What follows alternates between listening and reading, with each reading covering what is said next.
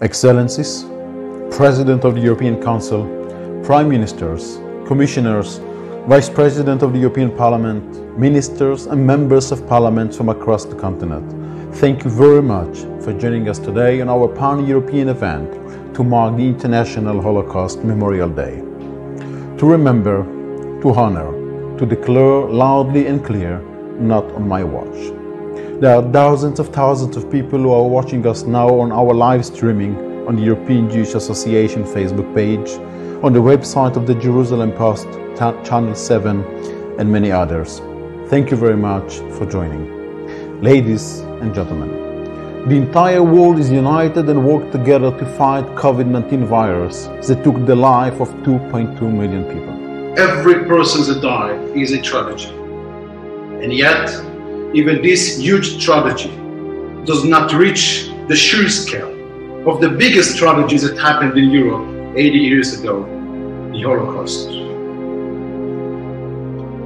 These 6 candles represent 6 million Jews. Jews that their life was stolen from them, cast into the fire, turned to dust. But how quickly we forget. How quickly does International Holocaust Memorial Day become just another day? My friends, the evil that existed then still exists today.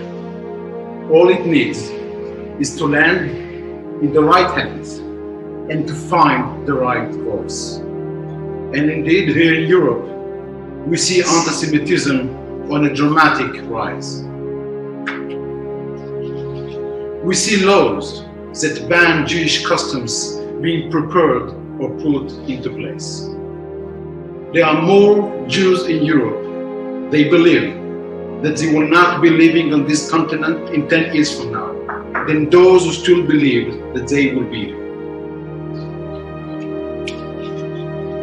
So again, good men and women are prepared to stand back and do nothing. Not on my watch must not become just a slogan or a declaration. It must always be a real commitment to act.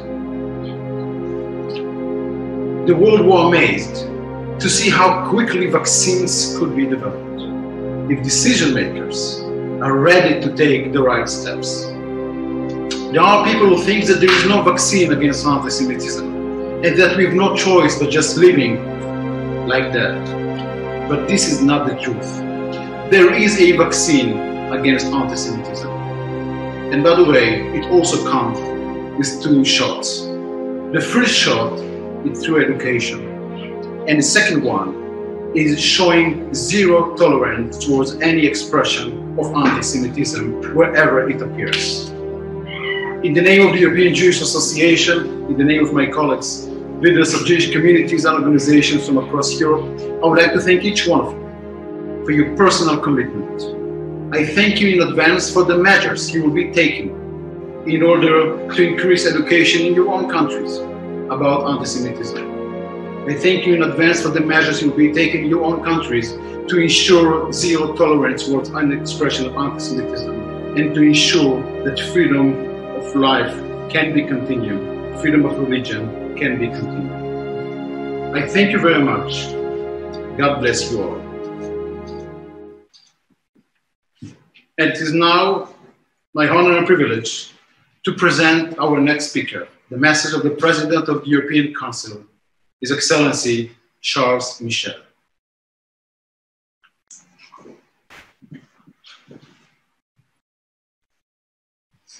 One year ago today, I lit a candle in Auschwitz to remember the victims of the darkest chapter in European history.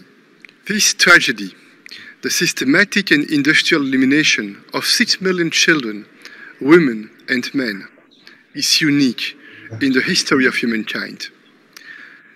Remembering the Holocaust is a moral and a historical duty, not only to pay tribute to the victims, but also to renew our allegiance to our deepest human values, negated by the perpetrators of this unspeakable crime while others remained silent. Silence is the first step towards acceptance. Since 1945, those who survived the number cut into their skin did not remain silent. They testified. They spread the light of remembrance and hope to future generations. Soon, there will be no more survivors to testify. This solemn duty will therefore pass to us, the next generations. We, Europeans, have a special responsibility to fulfill this duty, because it was on European soil that the Holocaust was orchestrated, and on European soil that the hate of the Jews was nurtured. This hatred, tragically, continues too often today. Antisemitism rears its ugly head in Europe. It has in many ways become disturbingly normalized. This is intolerable. From the darkness of World War II, Europe's founders built a society based on tolerance, human rights, freedom of religion or belief. Anti-Semitism has no place in our societies. We will never tolerate the Jews' fears for their safety in the European Union. Europe without Jews would not be Europe. Combating anti-Semitism with full force is our common duty. Anti-Semitic speech is hate speech, and we will punish it. We will make sure that life for European Jews in Europe remains as natural and normal as the life of any other European, no matter their original belief. Today, I take this oath and light a candle in Brussels in the name of the European Union. And I hope many others across our continent will light a candle, just as candles are lit in Auschwitz. We must light this candle every day, respecting this oath and defending the values at the foundation of humanity. Thank you very much, Mr. President. It is my honor to introduce the message of the Prime Minister of Belgium, His Excellency Alexander De Croo.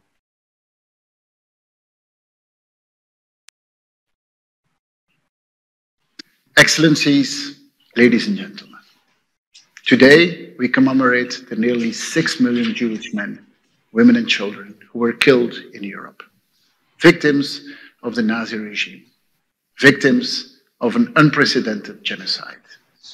In Belgium, our thoughts are in particular with the 25,274 Jewish people and the 354 Roma people. They were gathered at the Dossin barracks in Mechelen and deported to Auschwitz-Birkenau. We also honor the victims who are still with us today and for whose testimonies we are grateful, so that the younger generations are fully aware of the darkest pages in our history. That is why we continue to support the research and the education regarding the Shoah, to remind ourselves that the most important value in our society is respect for human life and human dignity. This is also why Belgium is honored to assume the presidency of the International Committee of the Arolsen Archives.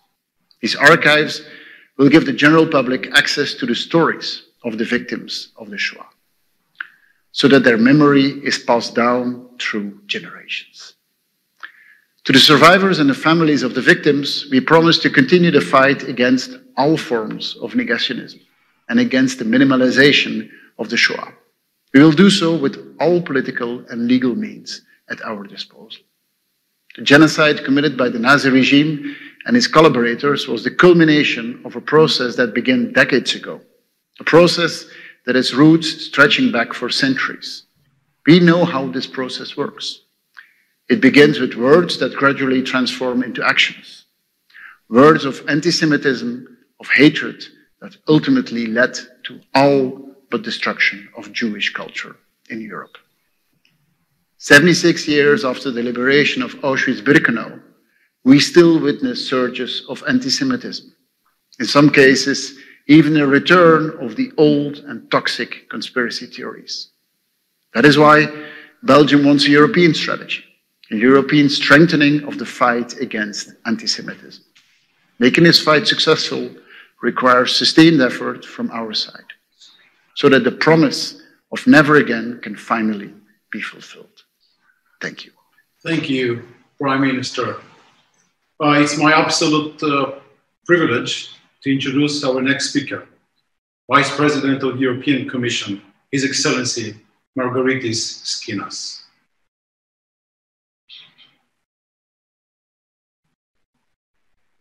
His Excellency, the floor is yours.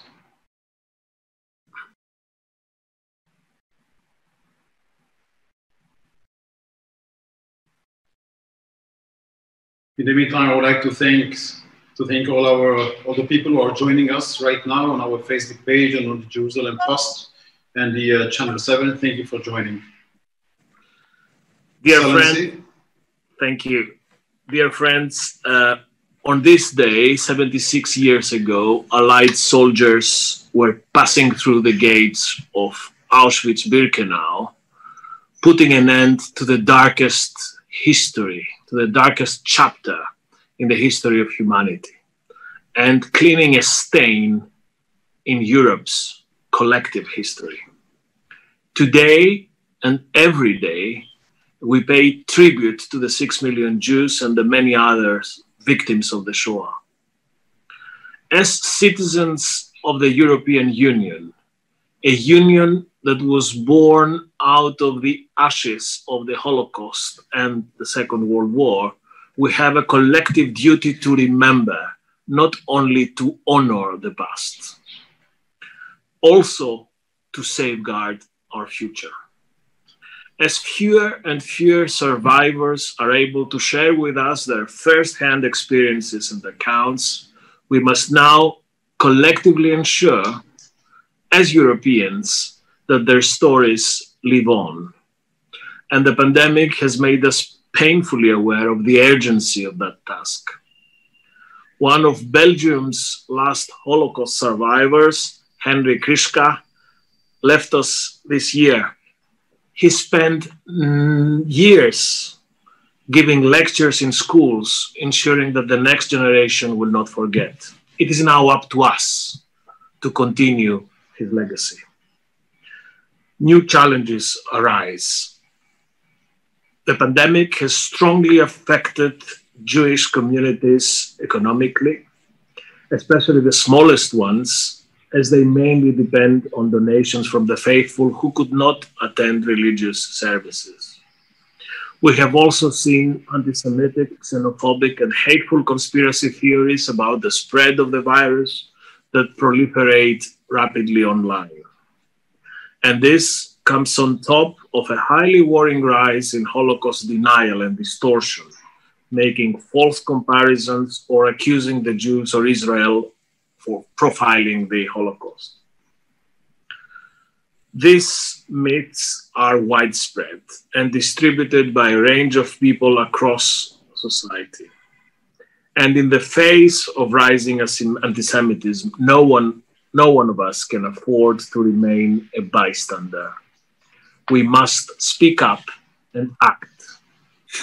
A few months ago, together with the German presidency of the Council, we put the fight against anti-Semitism high at the political agenda of the European Union, and our member states have unanimously adopted the first ever declaration on mainstreaming the fight against anti-Semitism across policy areas. We also, a few days ago, issued a new handbook for the practical use of the working definition of anti-Semitism to help member states and practitioners recognize and address anti-Semitism in its contemporary forms. And we will continue to strive for increased efforts to teach the lessons of the Holocaust to younger generations. With this in mind, we have tripled our budget for Holocaust remembrance, education, and research as of this year.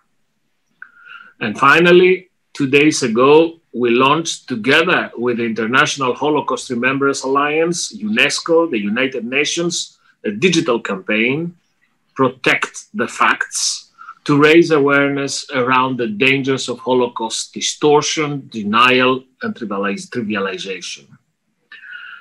Dear friends, this year, 2021, the European Commission will present its first ever comprehensive European strategy on combating anti-Semitism and fostering Jewish life in Europe. 76 years after the Shoah, the symbolic, political, and substantive significance of this initiative cannot be overstated. Our message is clear. Anti-Semitism, racism, and hatred have no place in the European Union. We will do whatever it takes to ensure that they will never find their way into poisoning our European way of life. This is our common fight, and it is a fight that Europe is determined to win. Thank you very much, Vice President Skinas, for your words and your commitment.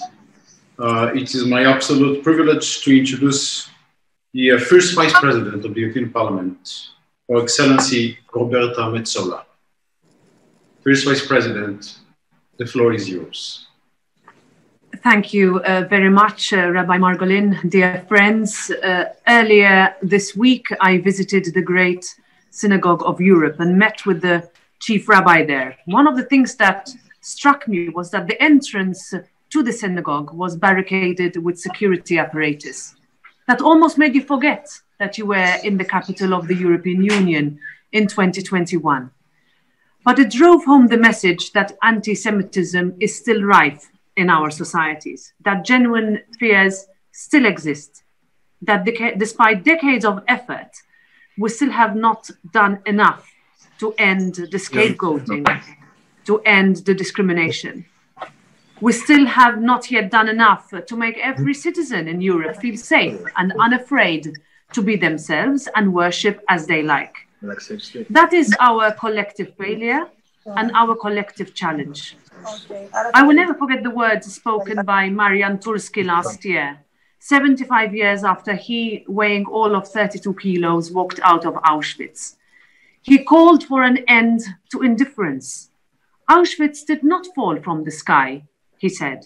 It happened slowly because too many people turned a blind eye to injustice. Too many people found comfort in scapegoats, and too many people accepted prejudiced laws. Holocaust survivor Primo Levi said, monsters exist, but they are too few in number to be truly dangerous. More dangerous are the common men, the functionaries ready to believe and to act without asking questions. And that is why we fight anti-Semitism, racism, and any hatred everywhere today. Hatred is not a view. Denying the Holocaust is not an opinion. And even today, the mechanisms of human rights violations are alive. And we know only too well the possible ultimate consequences. And this is why the Holocaust remains forever a warning. But just as there are monsters and those who enabled them. I don't only want to refer to this crime or to the criminals. I also want to commemorate those who said no, those who risked their lives, those who gave their lives, the many nameless heroes who refused to be part of it and sheltered and saved so many. And when we look to the past, we can also see examples for the present, examples we should bear in mind when in our political and personal lives we make difficult decisions and witness the first steps of the dehumanization process.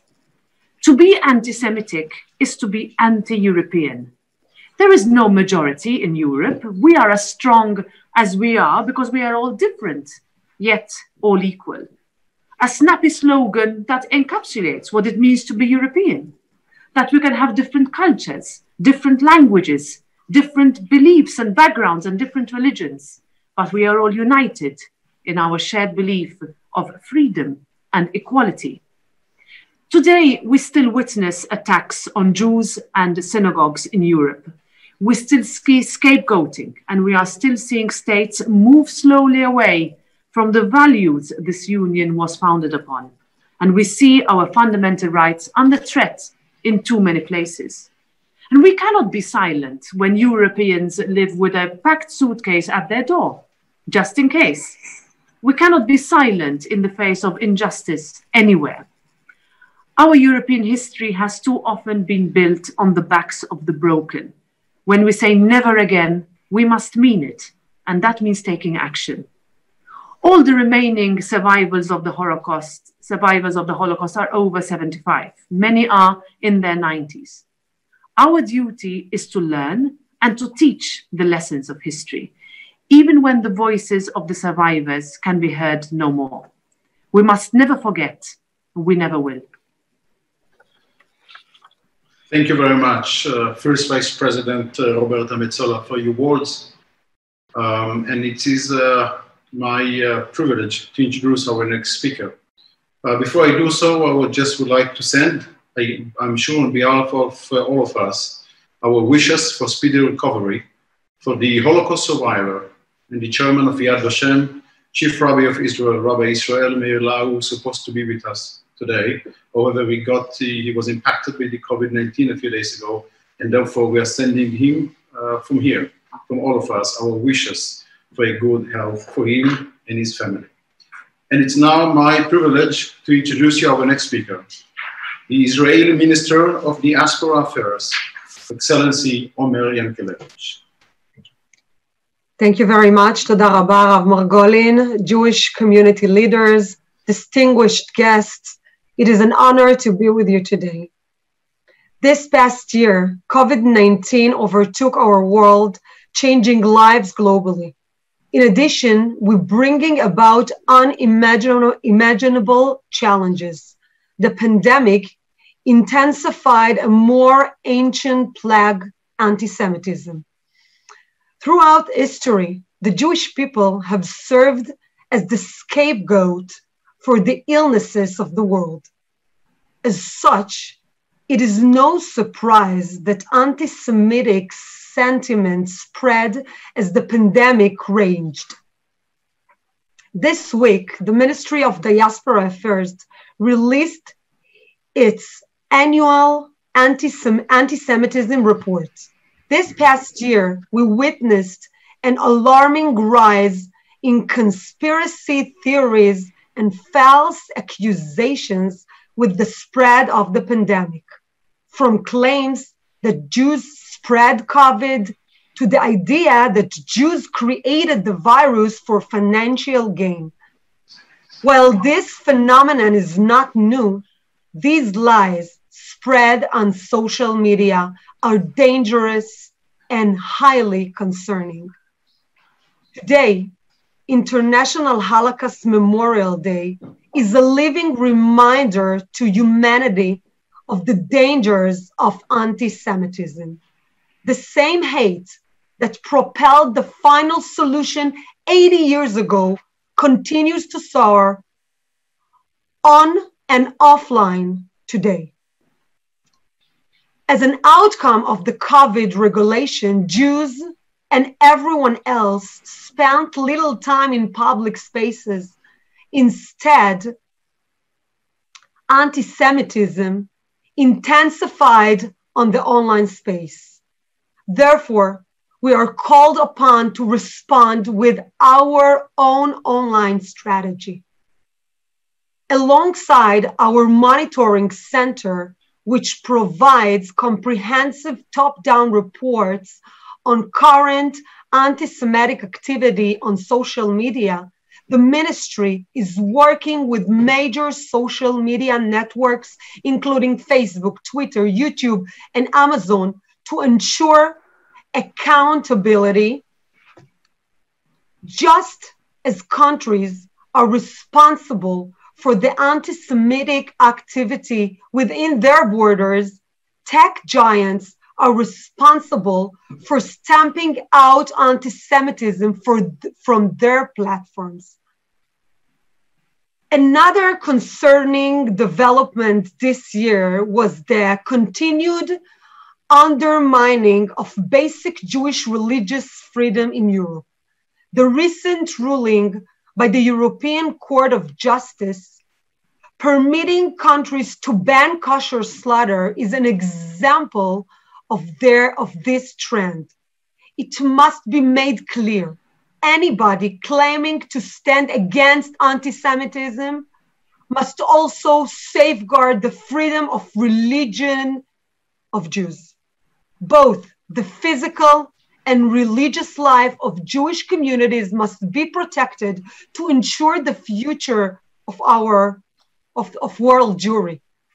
With that said, we are also witnessing increased efforts by countries and organizations to combat anti-Semitism. There has been a positive development of countries adopting the EJA definition and appointing special envoys to tackle this issue. Combating anti-Semitism is an international challenge and responsibility. Therefore, it requires a united global effort. This year, we witnessed historic and new collaborations. The Abraham Accords inspires us to expand this coalition to include Arab and Muslim countries. To conclude, the pasuk Sur merav aseh tov, refrain from evil and do good, is our guide in our ongoing effort to combat anti-Semitism. On the one hand, we must remain committed to targeting anti-Semitism, both on and offline. And on the other hand, we must invest in education and tolerance worldwide.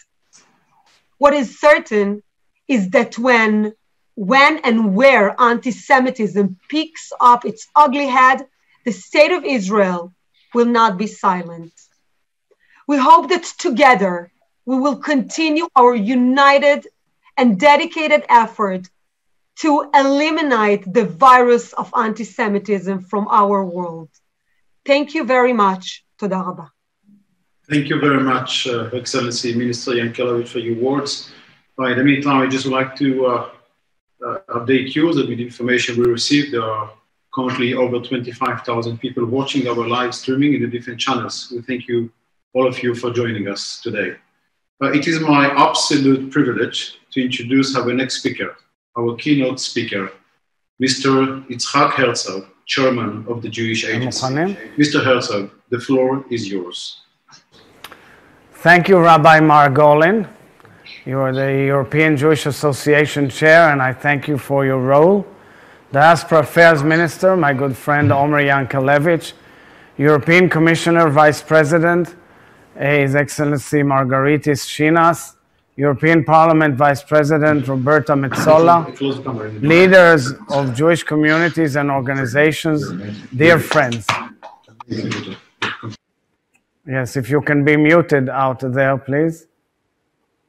76 years ago, my late father, Chaim Herzog, serving as an officer in the British Army, took part in the liberation of the Bergen-Belsen concentration camp in April 1945, only 3 months after the Red Army liberated Auschwitz-Birkenau in January that year today. He told me that he never forgot what he saw there. The piles of bodies and skeletons, the survivors ravaged by disease and starvation. When he returned to Bergen-Belsen and Auschwitz decades later as the President of the State of Israel, he laid stones from the hills of Jerusalem in both camps. And he placed the stones where he quoted in the stones from Psalm 38, Tehillim, V'mach'ovi negdi tamid, and my pain is ever with me. Yes, the pain will stay with us Jews forever. It must stay with us forever. And it must stay with all humanity forever. Unfortunately, as the years go by, it seems that in some parts of the world, the pain and horror are fading. We are seeing an extremely worrying rise in anti-Semitism, not only online, as was well said by the minister, but also in the streets and in the political arena. A research which the Jewish Agency, which I head, recently carried out together with the Israeli Institute for National Security Studies, INSS, shows clearly that in a number of key European countries, extremist parties from all sides of the spectrum are polluting the political and public discourse with anti-Semitic tropes and rhetoric, while traditional centrist parties are growing weaker. Sadly, we found that 76 years after the Holocaust, there are a growing number of politicians in Europe who intentionally use anti-Semitic language and ideas for political gain. And together, with the rise in anti-Semitism, we are seeing increasingly blatant attempts to distort and deny the history of the Holocaust. Dear friends, in light of these dangers and risks, we must work together, the government of Israel, Jewish organizations, NGOs, and of course the Jewish Agency, to ensure that the promise of never again remains not just a promise, but becomes a plan of action. We must ensure that the next generation who will not have the privilege to meet survivors hears their testimonies and honors their legacies. We must encourage all countries to integrate accurate Holocaust education into their national curriculum. And we must show zero tolerance for anti-Semitic incitement, rhetoric, and libels wherever they appear. Every free country and every person who values human rights has a duty to help preserve the lessons of the Holocaust. However, European governments have a foremost special responsibility, not only to preserve the memory of the past, but to ensure that today's European Jewish communities can live safely, full and open Jewish lives, and practice their traditions freely. Unfortunately, legislation and initiatives in Europe against kosher slaughter and similar efforts such as attempts to ban circumcisions, Brit Milah, not only make it more difficult for Jews to practice their religion, but they also send a clear signal to European Jews that their rights are not respected and that ultimately their way of life is not welcome in today's Europe. That is why I recently turned to the leaders of Europe to alert them to the growing sense of discomfort and rejection among a number of Jewish communities who feel that Jewish traditions and observance are being increasingly challenged by parts of European publics and legislators. I ask these leaders to reject all such legislation, which would be tantamount to outlawing Judaism as a whole, and to oppose any attempts to restrict the religious freedoms of European Jewish communities. My friends, 76 years ago, when my father arrived in Bergen-Belsen, he walked among the survivors and said to them in Yiddish, "I am a Jew, I'm from Eretz Israel, I came to save you." 3 years later, David Ben-Gurion, as chairman of the Jewish Agency in this building where I sit at, proclaimed the independence of the State of Israel and declared that the state would be open to all in gatherings of the exiles. Today, as chair of the Jewish Agency, I promise you, and all of our Jewish brothers and sisters, that we will never be silent, that we will always speak out and act to preserve the memory and lessons of the Holocaust and to ensure the security, identity, and religious freedom of Jewish communities everywhere. We will continue to feel the pain of the past and to use that pain to strengthen our determination to build a vibrant and secure Jewish future in Israel, in Europe, and around the world. Thank you very much. Thank you, Chairman Herzog, for those important words. Ladies and gentlemen, my name is Alex Benjamin. I'm the Director of Public Affairs here at the European Jewish Association. And I would just very much like to echo the words of our Chairman, Rabbi Margolin, and welcome all our viewers and listeners around the world. It gives me great pleasure to introduce our next speaker, ladies and gentlemen, Her Excellency, Madame Audrey Azoulay, the Director General of UNESCO.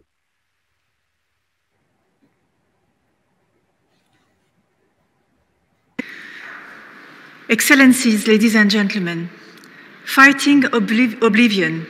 This is UNESCO's aim and mission in supporting Holocaust research, commemoration, and education. This mission is all the more essential today, and with the involvement of our partners, we have stepped up our actions to address teachers and pupils, first of all. Thanks to the financial support of Canada, we will soon be holding a new edition of the International Conference on Education and the Holocaust, training educators across the globe in cooperation with the Holocaust Memorial Museum in Washington, D.C. This year, we've also incorporated new content for teacher, trainers, and school directors on addressing antisemitism in schools as a result of our partnership with the OSCE Office for Democratic Institutions and Human Rights and University College London, whom I thank. All of our resources on preventing antisemitism will soon be accessible on a website developed by the UNESCO chair at the University of Southern California's Shoah Foundation. But we're also addressing governments to fight all attempts to deny or distort facts, falsify the past, or excuse the inexcusable. With the European Commission, we have launched a campaign to debunk online hate speech and conspiracy theories, particularly anti-Semitic statements. Now, building on this initiative, we are developing a guide for educators to help young people critically assess online content. In partnership with the United Nations, the University of Oxford, and the World Jewish Congress, we have launched a global study to map the sources and channels of Holocaust distortion and denial on social media and help educators respond to it more effectively.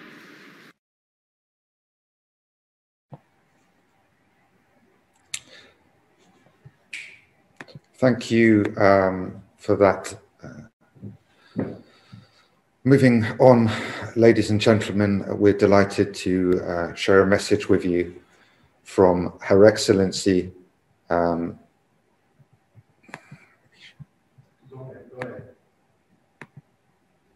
Liebe Freundinnen und Freunde, wir gedenken heute der Opfer des Nationalsozialismus.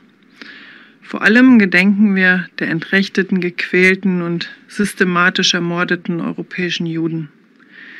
Sie und ihr Leid dürfen und werden wir nie vergessen. Und die Erinnerung daran ist uns immer eine Mahnung. Sie mahnt uns Deutsche, jeden Tag an unserer demokratischen Gesellschaft zu arbeiten, einer Gesellschaft, die jeden Menschen respektiert und schützt. Wir alle tragen Verantwortung dafür, dass sich Jüdinnen und Juden in Deutschland akzeptiert und auch willkommen fühlen. Es ist ein großes Glück, dass jüdisches Leben heute wieder unser Land bereichert. Und das daraus sprechende Vertrauen ist uns Ehre und Verpflichtung. Und umso schmerzlicher ist es zu sehen, dass Antisemitismus in jüngster Zeit wieder deutlicher sichtbar wird in Deutschland. Das beschämt mich zutiefst. Antisemitismus bedroht nicht nur die jüdische Gemeinschaft in unserem Land. Er betrifft uns alle. Er ist ein Angriff auf Menschen, auf das Menschsein an sich. Ein Angriff auf unser friedliches Zusammenleben. Er ist Gift für unsere Gesellschaft und das werden wir auf keinen Fall hinnehmen. Wir lassen es auch nicht zu, dass der Holocaust verharmlost wird, etwa dann, wenn sich Corona-Leugner als Opfer darstellen.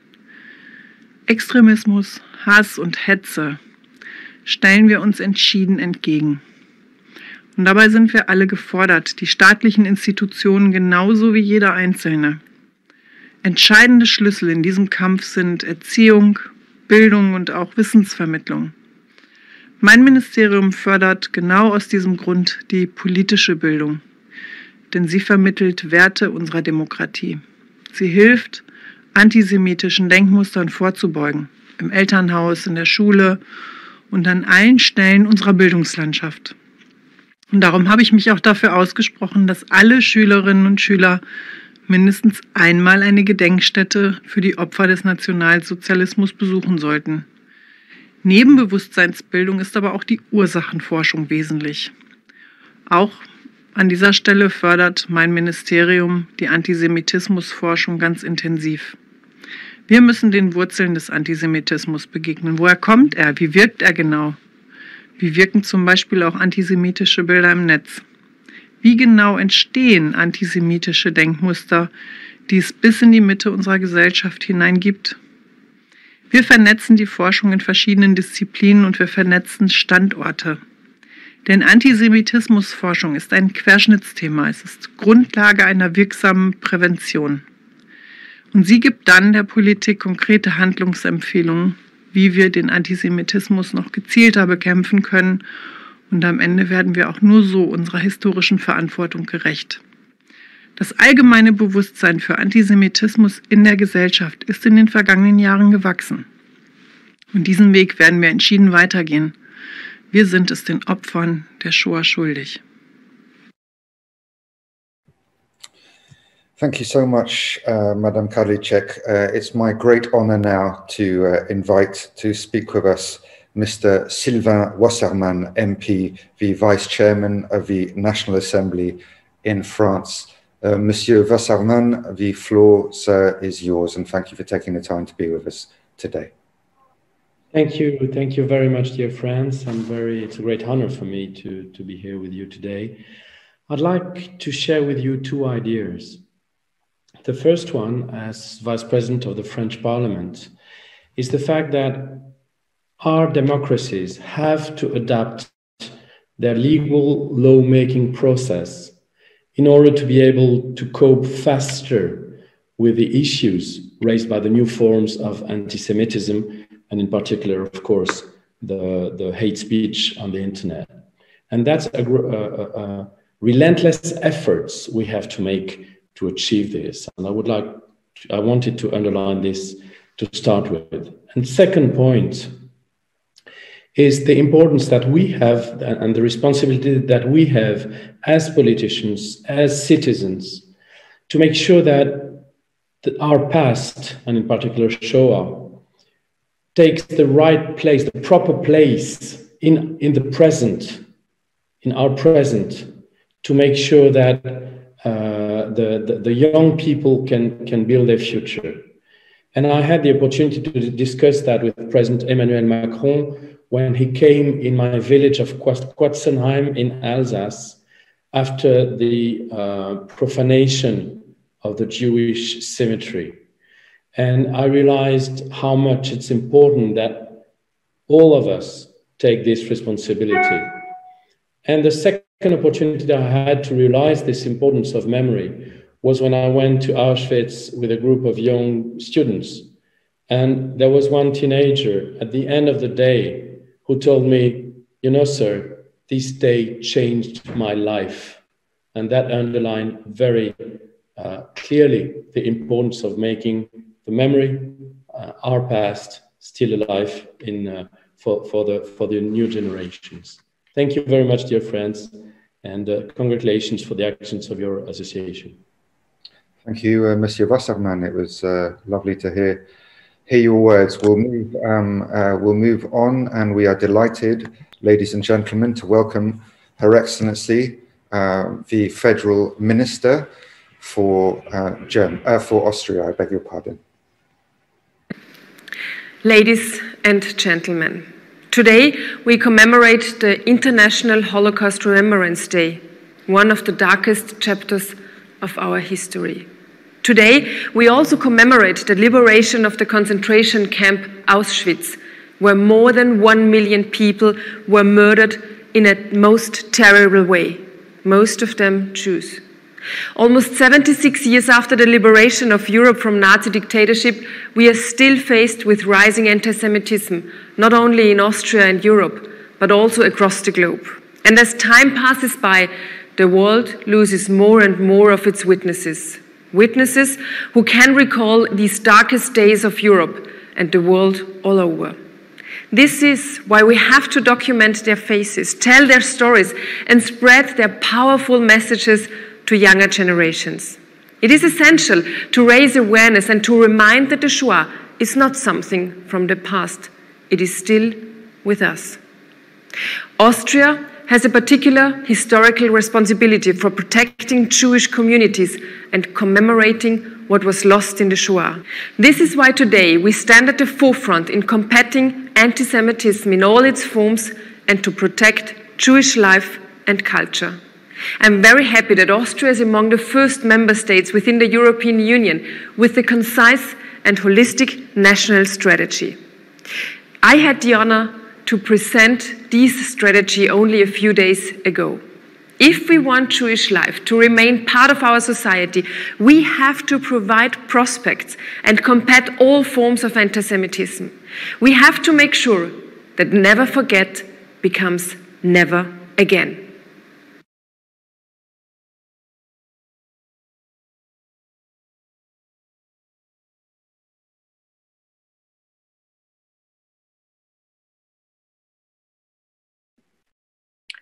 Thank you, Minister. It is now, my name is Ruth Daskalopoulou Isaac. I'm from Greece, and I'm the EU Relations at the EJA.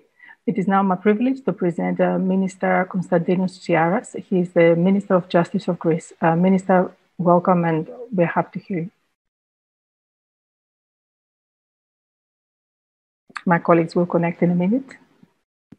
Thank you, everyone, for being with us.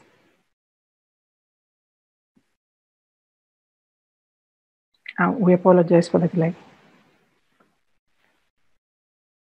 Minister, if you are there, can you speak? I think we've already unmuted you.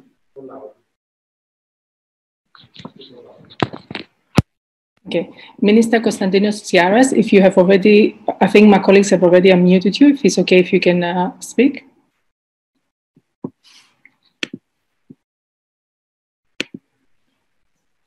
While we're waiting, maybe we can ask Lord Pickles from the UK, Special Envoy for Post-Holocaust Issues and the UK IHRA Chair. Lord Pickles, if you're available. Yes, I'm available. Your Excellencies, very good to be here. Listening to survivors has brought home to me that in the 76 years since the liberation of Auschwitz-Birkenau, there's still a lot of unfinished business. And I want to talk a little bit about a small aspect of that unfinished business today. Across Europe, we remember that those individuals who saved Jews are often at great risk for themselves should be remembered, the righteous among the nations. Whilst it's important, of course, we remember them, we should not forget that in many countries occupied by the Nazis, ordinary citizens collaborated in the murder of 6 million Jewish men, women, and children. To forget this is to rewrite history. To rewrite history is to commit a grievous sin. 76 years have passed, and yet property seized from Jewish families by the Nazis and their collaborators has never been returned.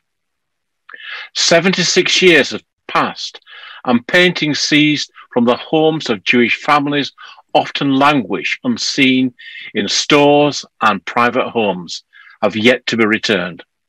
76 years have passed, and yet we still see the symbols of Nazism being auctioned and collected.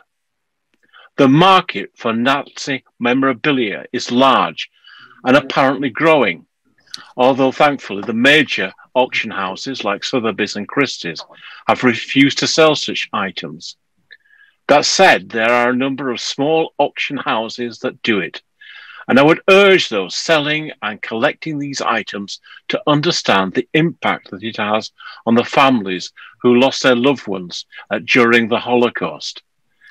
76 years have passed, and the sale of Nazi memorabilia remains as unacceptable and as unpleasant as it was just after the Second World War.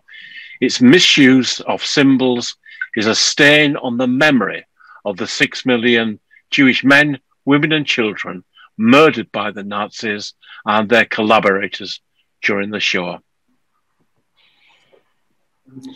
Lord Pickles, thank you for this excellent speech, and thank you for being with us today. We apologize earlier we had a problem, but now Minister Konstantinos Tsiaras, Minister of Justice of Greece, is with us, and we're honored to have you. Good afternoon. I hope that now you can hear me. Yes, we can hear you. Distinguished guests, ladies and gentlemen, up until World War II, Greece had a thriving and prosperous Jewish community, contributing largely to the formation of contemporary Greek history. During the Nazi invasion and occupation of Greece, large portions of the Jewish population were transferred to extermination camps, almost putting a horrifying end to centuries of Jewish history in Greece and changing inevitably public life. From a total of approximately 78,000 Greek Jews that lived in Greece at the beginning of World War II, only around 10,000 survived. 86% of the Greek Jewish population was killed in Nazi concentration camps. Unfortunately, proportionally speaking, Greece is among the West countries that have suffered greatly from the murder of its Jewish populations in concentration camps. In memoriam of the victims, Holocaust memorials have been erected in all major cities, while museums and synagogues have also a long-standing presence in urban centers in Athens, Salonika, Kavala, Chania, and Rhodes, to underline the interaction of awareness rising in the field of human rights with monuments and memory sites. However, Greece did not avoid the anti-Semitic wave that swept across Europe. During the Greek economic crisis, the rediffusion of stereotypes and anti-Semitic hate speech became commonplace, creating a living space for the presence of far-right anti-Semitic political parties, such as the Golden Dawn in the political sphere. The rise of anti-Semitism is an example of how populism leads to the denial of democracy and the most fundamental rights. The collapse of Golden Dawn in the last elections reminds, however, that the principles of democracy and the rule of law are even stronger. The 27th of January is Holocaust Remembrance Day, commemorating the extermination of 6 million Jews by the Nazis. This day is not just a date that we celebrate once a year. It marks our living memory and our profound determination never to let such a crime take place again. Particularly, Hellenism that has survived during its long-lasting history through the genocide in Pontus is determined to defend the historic truth and reject its refusers, to defend human existence and the human rights, to defend democracy and the rule of law, and to reject anti-Semitism, to reject any kind of discriminations and intolerance. Distinguished all, Greece is not only a member of the International Holocaust Remembrance Alliance, but this year it also holds the presidency of EJA. Our presidency, as defined by the relevant ministers, will focus on education and the role of mass media in the process of fighting anti-Semitism and defending the memory of the Holocaust. In this context, our government is determined not only to maintain, but also to further exchange the excellent bilateral relations in all areas with the State of Israel. Both countries closely cooperate and contribute to peace and the stability of Southeast Mediterranean. Today's event constitutes another step forward, not only for remembering and commemorating the victims of fascism, but also for passing on the next generations the principles of democracy, rule of law, and peaceful coexistence. For that all, I would like to congratulate the organizers and wish you the best. Thank you for your attention. Dear Minister, thank you so much. It was an honor. And now we have the honor of inviting His Excellency Udo Michalik, Secretary General of the Standing Conference of the Ministers of Education and Culture Affairs of the Länder. Thank you very much. Distinguished guests, excellencies, ladies and gentlemen, today we are gathering together to remember millions of women, men, children. They were systematically murdered. We remember 76 years of the liberation of the concentration camp of Auschwitz-Birkenau. It is more than worth to remember every single woman, man, and child. They lost their lives, their dreams, with no reason, with no meaning, just because they were Jews. In 2014, it was the 69th anniversary of the liberation of the Auschwitz-Birkenau. I had the privilege to join the gathering of the Polish Sejm and the Knesset in Auschwitz and Krakow. Personally, it was the most impressive event I ever joined in my life and left me behind ashamed, full of sorrow, and a strong commitment to dedicate all my professional and personal efforts, keeping the memories alive for coming generations, but also to do all I can to strengthen all possible ties between the nations, between our people, young and old. Martin Luther King said in 1963 in his famous speech, "I have a dream that my 4 little children will be one day live in a nation where they will not be judged by the color of their skin, but by the content of their character." Taking this sentence and using this one in our today's context, I would like to say, I have a dream that a kippah is nothing special to turn around if you meet a Jew on the street, but you know what it is about. I have a dream being invited to celebrate, for example, Hanukkah and enjoying the richness of religions and cultures. And yes, also to enjoy the prayers, being a part of community which celebrates life, solidarity, tolerance, and forgiveness. This year, we celebrate 1,700 years of Jewish communities in Germany. A rich history, part of our history in Germany. We should use this anniversary to learn more about Jewish families in our neighborhood, to remember and research about the history of Jewish neighbors in the past and today. The most important issue about fighting anti-Semitism and racism is today education, education, education. The overarching objective in one sentence, knowledge and recognition of the diversity and complexity of Jews and Jewish life are important steps towards its understanding and the dismantling of prejudice. And in the end, just to consider and accept that we all in the first place are human beings. Such teaching prevention work is important and necessary, but it's not enough. Consequent intervention is also required. There are more things I would like to say. Such an anniversary is not really to remember in 2 minutes. Let me close my remarks in grief and a strong commitment for the future with the words of the President of the Federal Republic of Germany, Frank-Walter Steinmeier. I quote, "We cannot accept Jews not daring to wear kippahs on our streets. It's our civic duty to combat anti-Semitism in all its forms. And it's an outstanding task of our state to protect our Jewish fellow citizens and to intervene where necessary, especially at demonstrations and public events. Anti-Semitism is always an attack on all of us, on our democracy and our open society. An active civil society must oppose this day after day. Only when Jews are completely at home in Germany is this republic completely with them." Thank you very much. Thank you. It was an honor to have you. And now from Greece, we're going to have Minister Adonis Georgiadis. His Excellency is the Minister of Development of Greece. Minister, are you with us?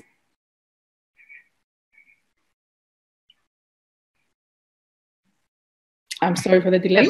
Yes. First of all, Ruth, I feel great honor that I can address to you in such an important day.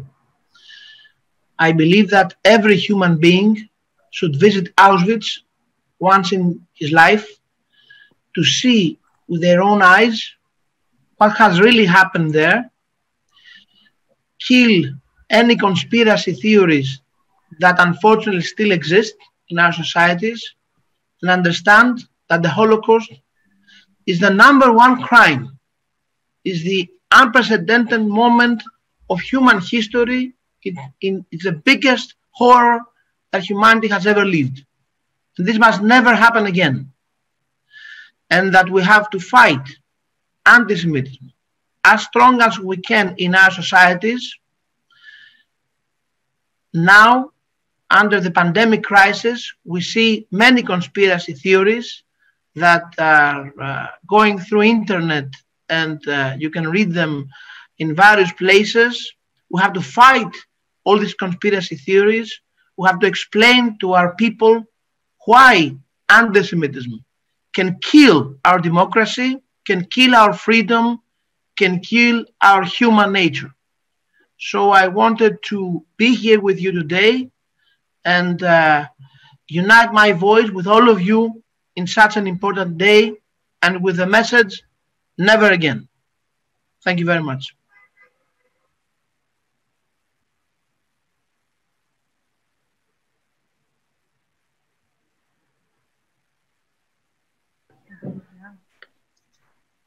Thank you, Minister. It's now our colleague David Kalfa who will be taking over.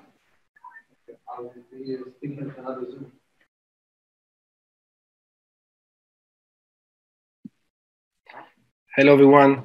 I'm David Kalfa from Paris. It is now my honor to introduce Mr. Roger Carucci. He's the Vice Chairman of the French Senate.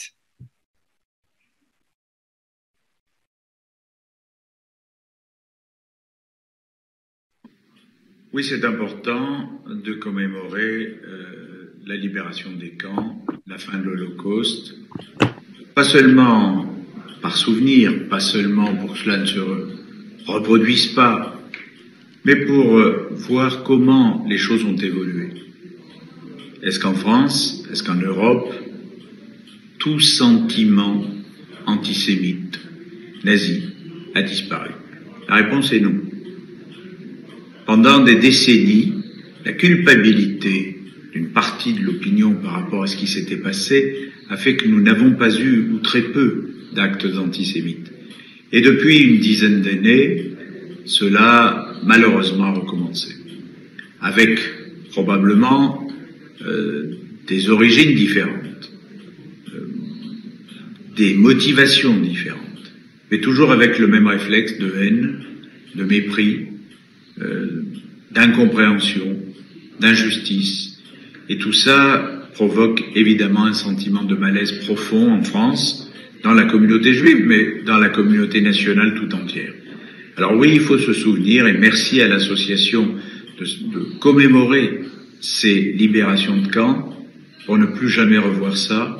Il faut mettre un terme à tous ces relents d'antisémitisme, mêlés souvent à de l'antisionisme. Et tout ça doit disparaître par l'éducation, par une actualité des médias un peu plus objective probablement, et toujours en se souvenant que c'est la liberté, la tolérance, la démocratie qui doivent l'emporter. Dès que nous commençons à avoir des systèmes autoritaires, nous avons un début de vision extrêmement raciste et antisémite. Il faut mettre un terme à l'antisémitisme. Continuons de commémorer et de se souvenir de ceux qui ont payé de leur vie le fait simplement d'être nés juifs. Thank you, Vice Chairman. For those who don't speak French, just want to summarize what the Vice Chairman of the Senate just said. He basically, indeed recalled the memories of those who perished during the Holocaust. At the same time, he's calling for fighting anti-Semitism and its new form, anti-Zionism. We are now moving to the lighting of the memorial candle by His Excellency Mr. János Áder, President of Hungary, and prayer by Chief Rabbi Shlomo Koves of EMIH Hungary. Dear friends, dear Rabbi Margolin, all the community who is remembering today on the International Day of the Holocaust Commemoration by the European Jewish Association based out of Brussels. We are delighted that we can join you in this commemoration from here, from Budapest, from one of the oldest synagogues in the Hungarian capital. We are especially delighted that the Hungarian President of Hungary, Mr. János Áder, has joined us as well, despite the pandemic and all the restrictions there are in our very unique times. Today we're going to commemorate the 6 million victims of the Holocaust, and we're going to commemorate especially the 1.1 million victims of the Auschwitz-Birkenau death camp. Every third victim from Auschwitz was Hungarian. Therefore, for us, the commemoration of this day has even a more special, unique meaning.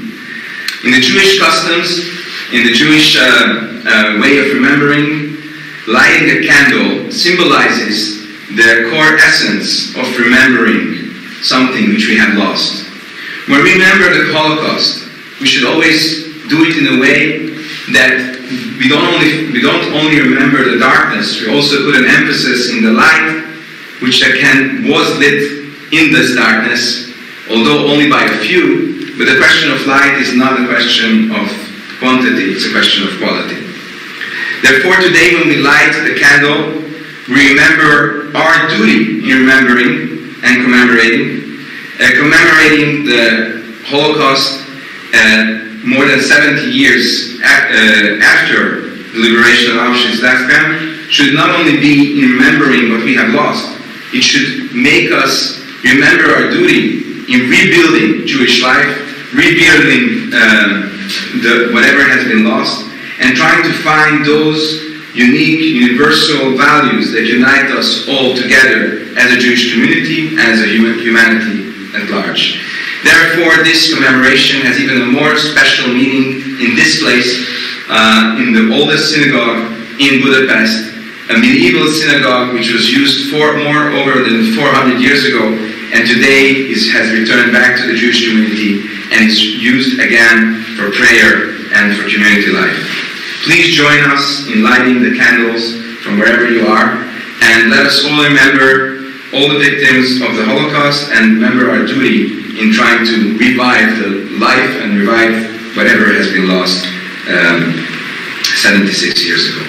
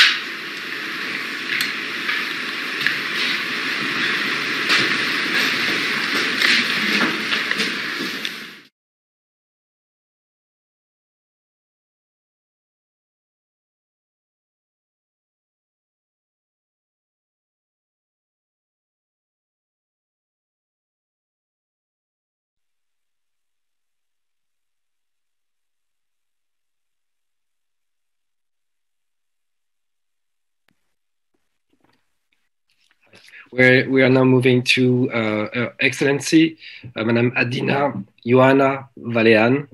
She's the European Commissioner of Transport.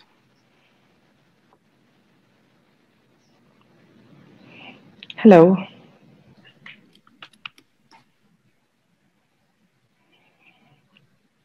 Hello? Yes, we can hear you. Hello, thank you for giving me the opportunity to share with you some thoughts on such an important day. Indifference, it's not a beginning, it is an end. And therefore, indifference is always a friend to the enemy, for it benefits the aggressor, never the victim. These are the words of Elie Wiesel, Romanian-born writer, professor, political activist, one of the greatest champions for the human rights, who inspired and shaped through his writings and actions many generations in the 20th century. I'm evoking him today with humbleness, respect, and a lot of emotions. I'm a Romanian, as Elie Wiesel was, and I had the privilege several times to visit his memorial house in Sighetul Marmației. It is a quiet and regular place, built more than a century ago in a provincial town in Eastern Europe. It speaks to us about normal life, a time when almost 8,000 Jews lived together with Hungarians, Germans, and Romanians in a city of 21,000 inhabitants. More than a third. Nazism and the Holocaust seemed far away and unconceivable there, but it happened. At 15, Elie Wiesel was taken to a local ghetto and then to Auschwitz, where he survived with his A7713 inmate number tattooed forever on his left arm. And his story is full of meaning for all of us, Jewish and non-Jewish. For some, Holocaust doesn't appear to directly concern everyday normal life, but it tells us that everyday normal life can totally change all of a sudden, and this is what we don't have to forget.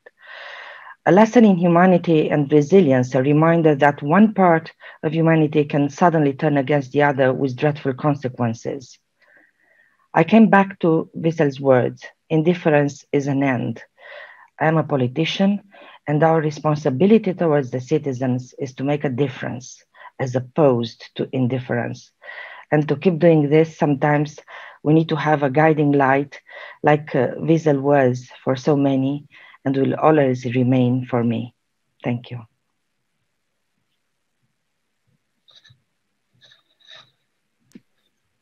Thank you, Commissioner, for your very personal and inspiring words. I'm now moving to Her Excellency, Madame Elena Dalli. She's the European Commissioner for Equality.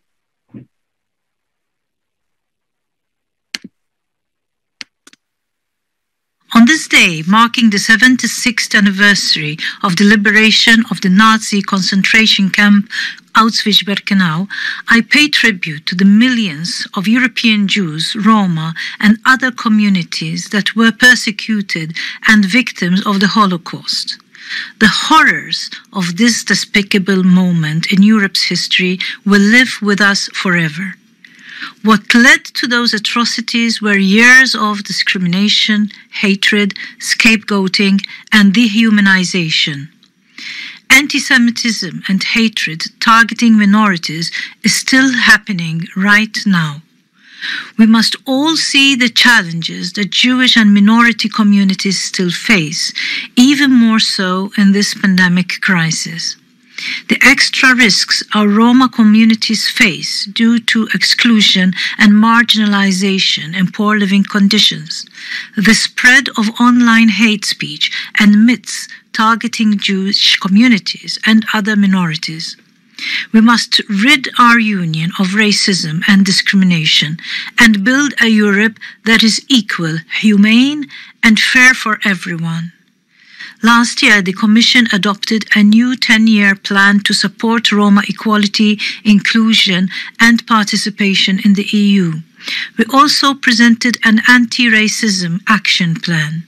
These two plans will strengthen our current legal frameworks against discrimination and combating racism and xenophobia. I will focus this year on ensuring that national authorities fully implement these rules. I will also look at expanding the list of EU crimes to all forms of hate crime and hate speech, whether because of race, religion, gender, or sexuality. I will do my utmost to end racism and discrimination. I urge everyone to stay vigilant so that together we can eradicate the scourge from our societies. The atrocities of the Holocaust must remain etched in our hearts and minds.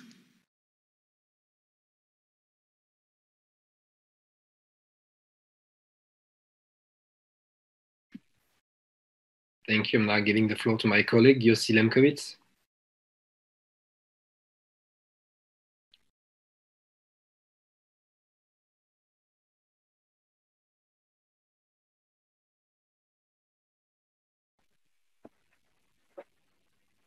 Thank you, David. My name is Yossi Lemkowitz from Brussels.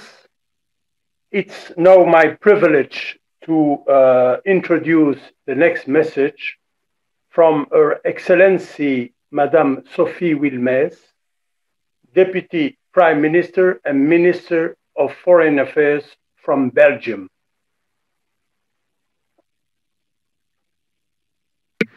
Today, we commemorate the memory of almost 6 million Jewish men, women, and children killed together with other victims of Nazi cruelty during World War II in an unprecedented genocide.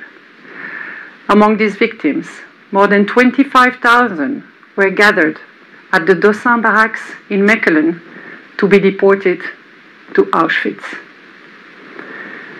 They had lives, they had dreams, they had a hope for themselves and their children. They never did come back to us. Exactly 1 year ago, during the commemoration of the 75th anniversary of the liberation of Auschwitz-Birkenau, I had the opportunity to speak with some of the last survivors of the Shoah. No book, no film, no study can ever give a sufficient account of the horror that they had to endure. We owe them an apology because we were not able to protect them from these atrocities. We owe them our gratitude because their testimonies are an unforgettable signal to other generations. And we owe them to remain vigilant and strongly committed to fight against any form of hatred for others. At the international level, together with our communities, we actively participate in the work of the International Alliance for Holocaust Remembrance, and we cooperate with the European Holocaust Research Initiative. As from this summer, Belgium will assume the presidency of the International Committee of the Arolsen Archives, which collects and opens to the public millions of documents on the victims of Nazi crimes. Belgium has had legislation to condemn Holocaust denial for more than 25 years, yet we are witnessing an increasing in the distortion of the Holocaust, which is opening the way to its minimization and subsequent oblivion in a more insidious manner. Of course, we will fight it with the political and legal tools at our disposal, but above all, we will fight it with our hearts and our souls, since we know where this hatred can lead us. Belgium, together with its European partner, has committed to developing a global strategy to prevent and combat all forms of anti-Semitism. Genocide prevention starts by fighting racism, intolerance, xenophobia, anti-Semitism, and hate speech, all of which lead to the dehumanization of certain groups. We have to keep remembering and to keep working to ensure that words like never again are not an empty statement. Thank you. Thank you, Madame Wilmès. Next message is from His Excellency Mr. Przemysław Czarnek, Minister of Education and Science in Poland. Szanowni Państwo, wszyscy ludzie rodzą się wolni oraz równi w godności i wobec prawa, a każdy człowiek ma prawo do życia i bezpieczeństwa. Te fundamentalne wartości zawarte są w Powszechnej Deklaracji Praw Człowieka. Swoje źródło mają zaś w najdoskonalszym kodeksie moralnym, w dekalogu. Przykazanie 5: nie będziesz zabijał, zakaz stanowczy i absolutny, potwierdza prawo do życia każdej osoby ludzkiej. Tragedia II wojny światowej wzięła się z odrzucenia tych zasad, a bezpośrednio z odrzucenia Boga. Odrzuciwszy Boga, niemieccy naziści postawili na jego miejscu samych siebie, aby móc decydować o życiu i śmierci. Dziś wspominamy ludzi, którzy padli ofiarą tego zbrodniczego pomysłu. Około 6 milionów europejskich Żydów, w tym około 3 miliony Żydów, obywateli polskich. W moim kraju od wieków rozwijała się silna, tętniąca życiem społeczność żydowska, z całą jej kulturową i polityczną różnorodnością. Także historia miasta, z którym sam od młodych lat jestem związany, Lublina, naznaczona jest wielowiekową obecnością żydowskich mieszkańców. Z pewnością znają Państwo powieść noblisty Izaaka Zingera „Sztukmistrz z Lublina”. To kulturowe bogactwo wraz z czymś jeszcze cenniejszym, ludzkim życiem, zostało unicestwione przez niemieckich okupantów. Wobec ofiar Shoah mamy dwa najważniejsze obowiązki. To wiedza i pamięć. Wiedza oznacza świadomość faktów historycznych na temat niemieckiej machiny zagłady z całą jej nieludzką i okrutną precyzją. Szacunek dla pomordowanych domaga się bowiem prawdy. Drugi obowiązek pamięci, oznacza konkretne ustosunkowanie się do przeszłości. Kiedy upamiętniamy ofiary Shoah i oddajemy im hołd, dokonujemy w pewnym sensie ponownego aktu oporu wobec idei nazistowskiej, przywracając imiona tym, których istnienie miało zostać na zawsze zatarte. Jako minister edukacji dokładam starań, aby młode pokolenie Polaków rozumiało wagę tych obowiązków. W polskich szkołach tematyka Holokaustu realizowana jest na wszystkich etapach edukacji. Zakres oraz stopień trudności celów i treści nauczania wskazanych w podstawie programowej są dostosowane do wieku, wrażliwości i możliwości poznawczych uczniów danego etapu edukacyjnego. Nauczyciele mają zagwarantowane prawo do autonomicznego wyboru metod nauczania, w tym poznania bezpośredniego. To odwiedzanie miejsc pamięci, spotkania z żyjącymi bohaterami, świadkami i uczestnikami wydarzeń wojennych. Nauczyciele mają także możliwość korzystania z wiedzy eksperckiej instytucji krajowych i międzynarodowych oraz wsparcia organizacji pozarządowych. Szanowni Państwo, prawda o Shoah oraz pamięć o Auschwitz i innych miejscach zagłady musi trwać. Głoszenie tej prawdy młodym pokoleniom to jedyna droga do świadomego i pokojowego współistnienia społeczeństw i narodów, teraz i w przyszłości. Niech płomień tej świecy będzie wyrazem hołdu składanego wszystkim Żydom zamordowanym na ulicach miast, miasteczek, w gettach, miejscach kaźni i obozach zagłady. Thank you, Mr. Minister.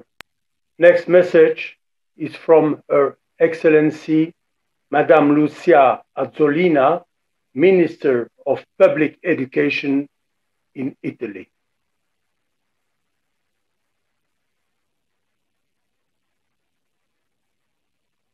Here, I look at this date on the calendar. Every year, I reflect on the immense suffering that overwhelms us, and I think of the duty we have had since January 27, 1945 to honor the memory of all those who have perished in the Holocaust, a duty to remember all the evil that was committed.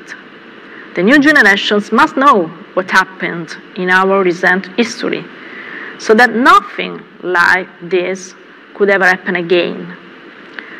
Of that enormous tragedy, Italy still bears deep scars and retains an indelible memory. The memory of the guilt of those who supported genocidal racism, memory of those who were persecuted with a ferocious deprivation of rights, and then of their life and the memory of the righteous and those who stood up against indifference, who paved the way for a democratic Italy of the Republican Constitution.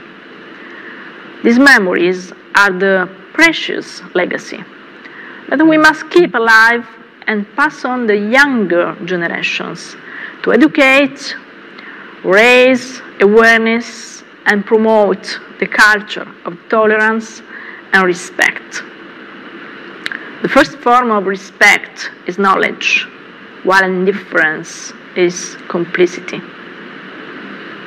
Indifference holds the key to understanding the reason for the evil, because when you believe that something does not touch you, does not concern you, then there is no limit to horror.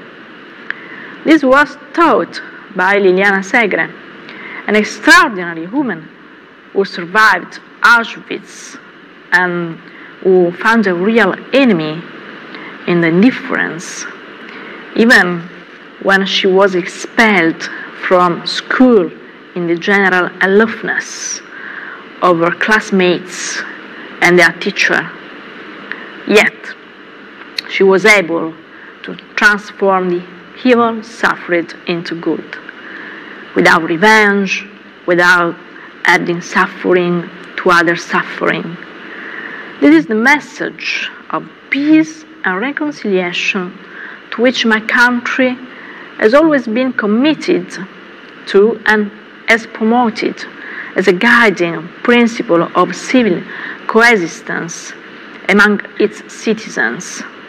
A message that I believe it is right to explain and teach to our girls and our boys, so that they can become the new custodians of it. Thank you, Mrs. Azzolina.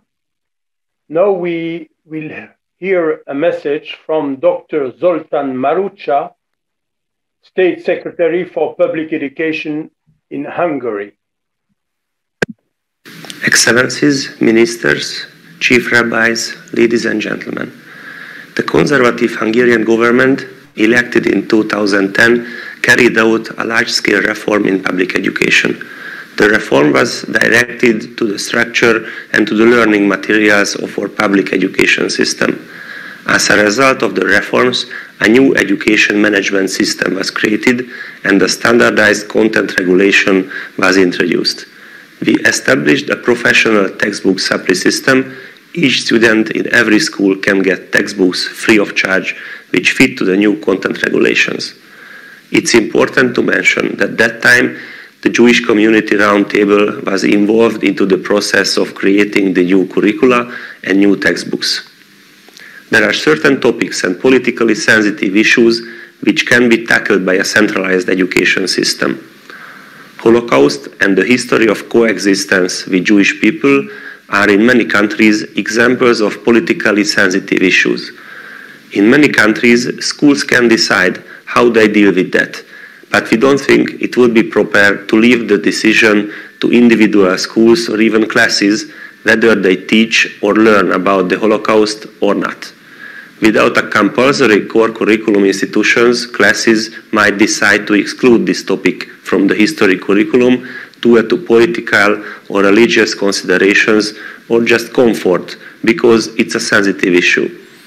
The government of Hungary devotes a high priority to pushing antisemitism back. We declare zero tolerance against Holocaust denial. Using administrative measures is necessary during the fight against antisemitism. During the reform of educational contents, we paid special attention to make Jewish history and Hungarian Jewish coexistence appear in content regulations and in the textbooks based on them.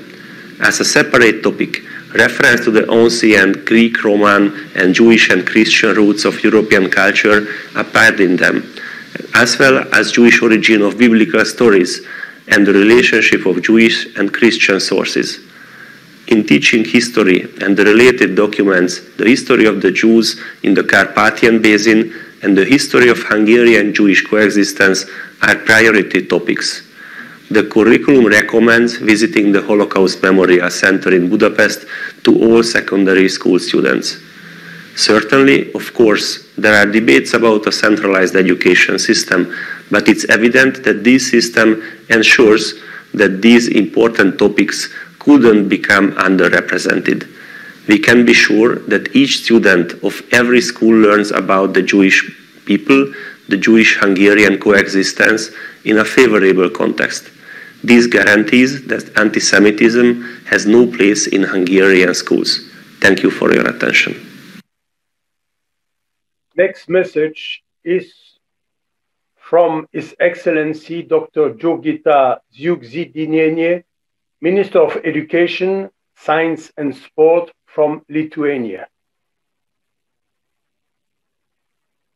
Dear ladies, gentlemen, organizers of the event, the annual International Holocaust Remembrance Day is a reminder of tragic events in the history of Europe. During the Second World War and the Nazi occupation of Lithuania, our country lost a significant part of its citizens and its community that used to live in our country since the time of the Grand Duchy of Lithuania. Thousands of Lithuanian Jews fell victims of the Holocaust.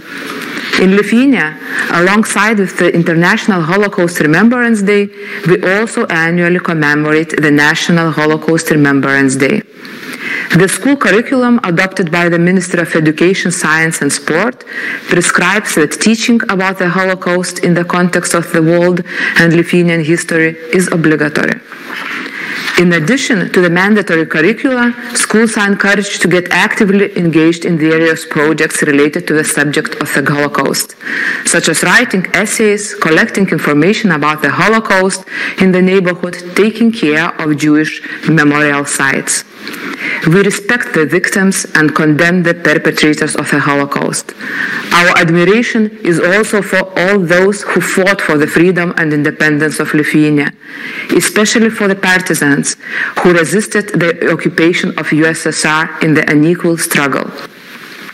We are also proud of the Lithuanian righteous among the nations who rescued the Jews from the destruction. Our only remembrance and reflections on the past will allow us to safeguard that such tragedies as the Holocaust will never happen again.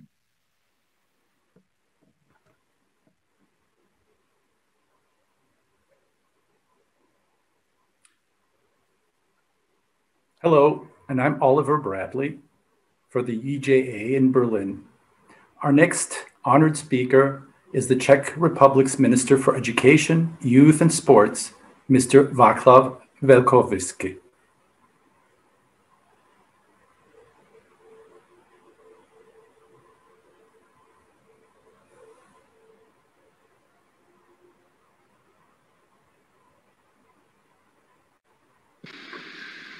Dear ladies and gentlemen, dear colleagues, dear Rabbi Margolin, it's my special honor to address you at this International Holocaust Remembrance Day Memorial Service event. By remembering victims of the Holocaust, collective memory is renewed because we all share a commitment to victims of the Holocaust and at the same time obligation to pay tribute to those brave ones who opposed it. Our generation, which nevertheless almost 3 decades ago experienced the horrors of the war and the return of the ethnic cleansing of the soil of Europe, has an additional responsibility in the clear condemnation of this madness in which the negation of humanity culminated. In Croatia, and in particular in the last 18 years, teaching and learning about the Holocaust has undergone significant changes. Teaching about Holocaust is embedded into the new compulsory history curricula, but also to cross-curricular approach and teaching plans in other subjects as well. Along the way, the Ministry supports education and teacher training agency and also the non-governmental organization, but as well as our many foreign partners with particular emphasis on Yad Vashem in Israel, Memorial de la Shoah in France, and the American Holocaust Organization in the United States. I would also like to mention that the Ministry finances visits of all Croatian pupils to Memorial Site Jasenovac and its museum, where at authentic sites students attend education program on Holocaust and World War II.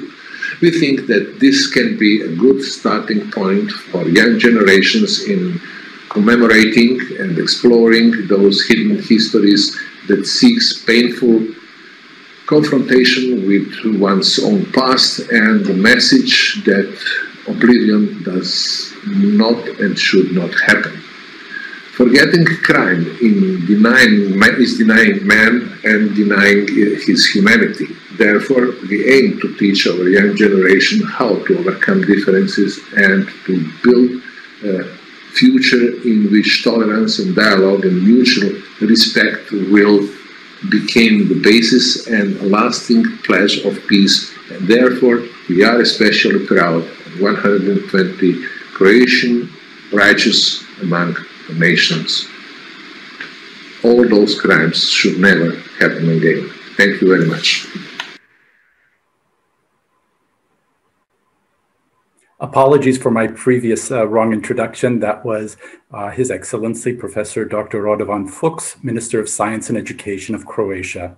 Now we have the honor of listening to the words shared to us by the Czech Republic's Minister of Education, Youth and Sports, Mr. Václav Velkovský.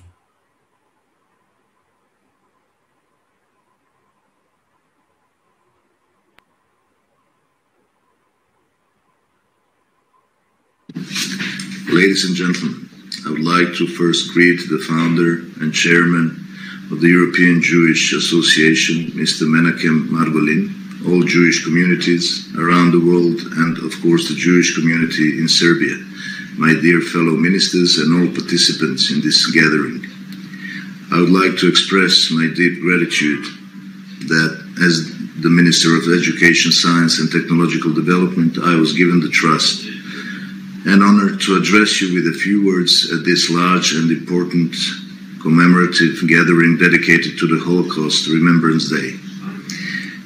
Just like the title of this year's campaign says, not on my watch, reminding us that we need to stay awake and careful in order to save the world from catastrophes such as the Holocaust. That is, it indicates that intensive activity in the field of Holocaust education is needed, as well as in histories of suffering in the Second World War, promotion of the culture and remembrance, and the fight against antisemitism and all forms of xenophobia. We take this opportunity to share our experience with you to inform you that the Ministry of Education, Science and Technological Development of Serbia is very dedicated to paying due attention to Holocaust education and thus regularly participates in events organized by the International Holocaust Remembrance Alliance. A large number of teachers and students carry out teaching and extracurricular activities in primary and secondary schools, and during the pandemic there was a significant presence of teachers in all professional international trainings dedicated to the Holocaust. The Serbian people understand very well what the Holocaust is, and they deeply feel the suffering of the Jewish people because they themselves suffered during the Second World War from the same organizers of that world catastrophe. Having in mind all of this, now and here, I want to express our firm commitment and readiness to be on guard so that the Holocaust would never happen to anyone or anywhere ever again. Again, I apologize. My list has changed in the meantime, and that was the Minister of Education of Science, Technological Development of Serbia, His Excellency, Mr. Branko Rucic. I believe now I'm on the right page, and let me please introduce the Minister for Education, Youth and Sports of the Czech Republic, Mr. Václav Velkovský.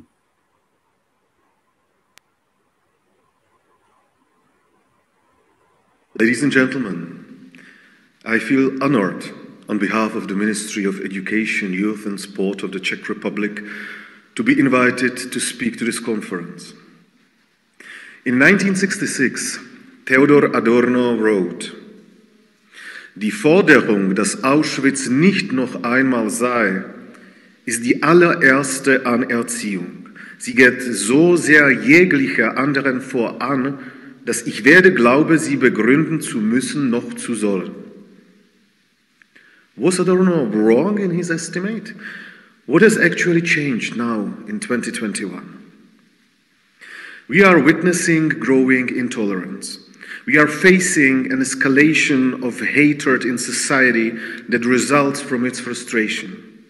Today's world has become so diversified that even axioms such as truth, faith, or reality crumble, and individuals do not orient themselves in them and therefore question them. Ubiquitous questioning used by extremist and populist ideologies without fixed points and values can cause the moral decay of future generations. It is our duty to return to Adorno's thesis of the unquestionability of the Holocaust and its meaning for common human education. It is not a question of teaching history, but a question of morality, ethics, identity, and above all, humanity and its failure. In the past, the Czech lands were formed in a multi-ethnic and multi-religious manner, including Judaism. We wish to preserve these favorable circumstances also in the future. The history of the Jewish minority in the Czech lands, history of the state of Israel, Holocaust and prevention of antisemitism, and all forms of racism and hatred are incorporated as important elements in the obligatory education contents. Currently, we are revising the framework curricula, and particular attention is devoted to new approaches. The Ministry of Education, Youth and Sports of the Czech Republic is grateful for the international cooperation in this field.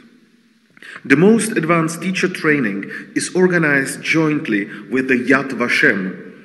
It is our partner also in organizing annual seminars on the new methods on teaching on the Holocaust. We promote the Czech-Israeli student exchanges or the Daniel Project, a competition for pupils and students devoted to the Holocaust topic. The Czech Republic is involved in the International Holocaust Remembrance Alliance. This built a very good basis for the development of national activities, such as educational collaboration with the Theresienstadt Memorial or the Jewish Museum in Prague. In addition, the ministry annually supports language educational activities of national minorities, including the project focus on teaching Hebrew. Ladies and gentlemen, we do a lot, but are we doing enough?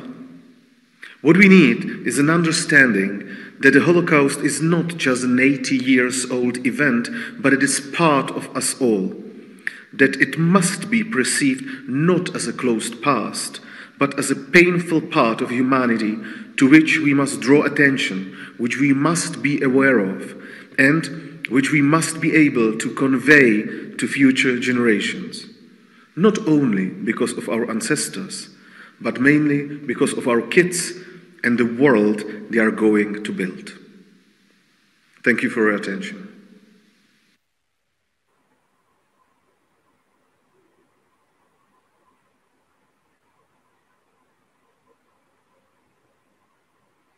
And now we are honored to hear the words of the Deputy Minister for Education, Youth and Sports of the Czech Republic, Mr. Václav Velkovský. I'm sorry, there's a problem with my list. We are now honored to hear the words of the Minister of Education for Culture, Sports and Youth of Cyprus, His Excellency, Mr. Podromos Podromou.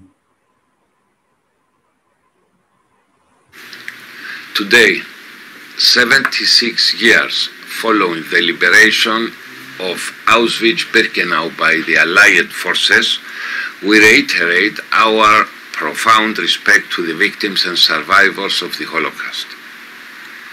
International Holocaust Remembrance Day is a day of responsibility, a day to reflect on the lessons of the Holocaust and consider actions that will prevent any future acts of such inconceivable barbarity.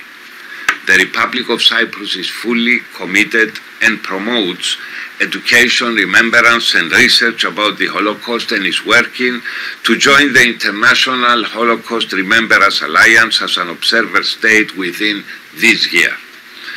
The best way to honor the victims of the Holocaust is indeed through our collective commitment to fight the scourge of antisemitism, as well as other forms of racism.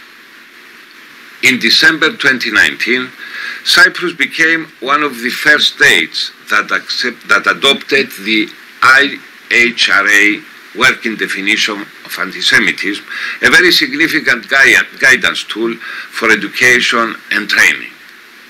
The Cyprus Ministry of Education, Culture, Sport and Youth is dedicated in combating antisemitism and preserving the memory of Shoah in and outside school.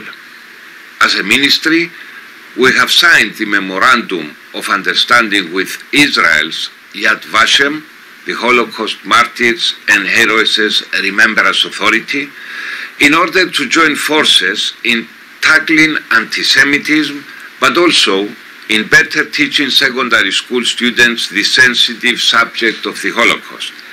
In particular, every other year, an educational visit of 25 history teachers takes place at Yad Vashem, which is then followed by a seminar by a Yad Vashem representative in Cyprus. Each year, a school competition on creative writing takes place at school, usually themed by an exhibition sent by Yad Vashem. Also, each year, Holocaust survivors visit schools around Cyprus. Last year, more than 1,200 students, aged 13 to 18, had the chance to listen to a series of lectures by Holocaust survivor Lola Angel. It is worth noting that Cyprus has a particular historic connection with Holocaust survivors. From 1946 to 1949, more than 50,000 Holocaust survivors passed through Cyprus, waiting an opportunity to travel to the land of Israel. As we educate ourselves and our children on the bitter lessons of the Holocaust, we help to build a world that is more accepting, secure, and free. This is the best way to honor the legacy we recognize on this day and to fulfill our responsibilities to improve our world from generation to generation. Thank you. We're grateful to the Minister of Education of Cyprus for having also lit our Not on Our Watch candle. Our next shared speech is from the Minister of Education of Science and Sports of Slovenia, His Excellency Professor Dr. Simona Kuštek. Chairman of the European Jewish Association, Rabbi Menachem Margolin, dear respected guests. Today, as we mark the International Day of Commemoration in memory of the victims of the Holocaust, we pay tribute and our deepest honors to 6 million Jews and other victims who lost their lives during the horrors of the World War II. On this day, 76 years ago, Allied forces liberated the Auschwitz-Birkenau death camp. Sources say some 2,000 Slovenian detainees were transported to Auschwitz-Birkenau during its year of operation. 21 Slovene women were found alive on the day of liberation. Every year we hear, these horrors must never happen again. Horrors of the Holocaust and the crimes committed by the Nazis brought the human mankind a development of common and universal principles of human rights. All the victims and all those who succeeded to survive and took with them all the fear gave the humanity the recognition that the international community needs to stand together in universally defining rights of all people. This has been an invaluable historical achievement to be preserved and respected by all means. Today, we are facing difficult times again. Pressures in many forms and faces are building, seriously challenging the fundamental values and human rights. Now, more than ever, we need to stand strong and defend them. We need to fight discrimination in all forms. We need to fight racism, antisemitism, xenophobia, and all forms of intolerance that may arise in these uncertain times. As a minister responsible for education and science, my fight rests upon knowledge, education, research, enlightenment. Education on history and remembrance of the Holocaust and the crimes committed by Nazis is an important way of raising awareness of the dangers of new crimes against humanity and of developing competencies for democratic culture underpinning critical understanding, respect for human dignity, and responsibility for justice in the world we live in.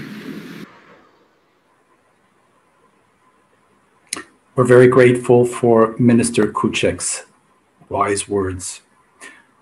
I would now like to present the words of the Minister of Education for Sports and Youth of Albania, Her Excellency Madam Evis Kushi. Dear all, the Holocaust reminds the entire world of the limits of how far human behavior, hate, and violence among people can go. This serves to really understand that respect, tolerance, humanity, and love should be cultivated in the minds of all people in the world, starting from children, starting from the Genesis. Albania is proud to have protected about 200 Jewish during the Second World War, people who needed shelter and protection. We did not hand them over to the Nazis. We even defended them and extended a helping hand to them. Albania is proud of the religious tolerance that prevails in our nation. Antisemitism has never had place in our democratic and free society. We believe that if a holy place where God is worshipped, a synagogue, a church, a mosque, is hated or violated, and if believers of any religion are attacked or maltreated, this is an indication that the very foundations of the society's freedoms are shaken. Albania has included the Holocaust in the history curriculum in the pre-university education system for over 20 years. Our cooperation in the field of education with the Embassy of Israel is focused on training the teachers on various topics, including history, the Holocaust, anti-Semitism, etc. Every 27th January, which is the International Holocaust Remembrance Day, students and teachers organize awareness-raising activities and visit museums. The history makes our students evaluate and judge the conflicts and collaborations between countries and nations. They learn and judge the consequences, economic, social, psychological, as well as the Holocaust consequences during World War II. They see the role and attitude of Albanians toward Jewish people. Most importantly, when students learn history, they are able to prevent the repetition of devastating stories that have occurred in history, such as the Holocaust, genocides, and other crimes against humanity, etc. Memory is the best preventer for humanity. Thank you very much, and I wish you all the best.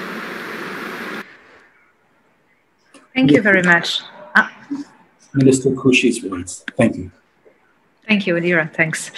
Good afternoon, everybody. We're going to now talk, or rather receive the words of the Minister of Education and Employment from Malta, Ms. Justine Kawana.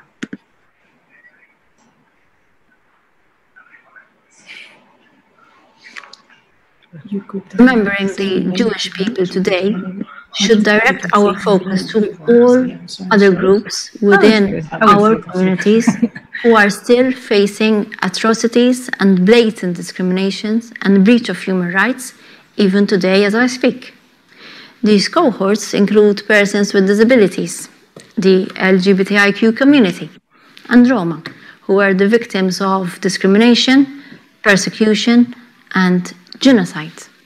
And at this point, please allow to share with you a quote by Spanish philosopher George Santayana, who rightly said that those who cannot remember the past are condemned to repeat it. The need to remember and retain lessons of what became the Holocaust grows rather than diminishes, and member states share a collective responsibility for addressing the residual trauma, maintaining effective remembrance policies, caring for historical sites, and more so, promoting education, documentation, and research, and this 7 decades after the genocide. This responsibility entails educating about the causes, consequences, and dynamics of such crimes so as to strengthen the resilience of our young people against the ideologies of hatred, violence, and lack of respect for human dignity and human rights. And in the European Union, numerous programs seek to preserve the memory of these tragic events in the history of our continent.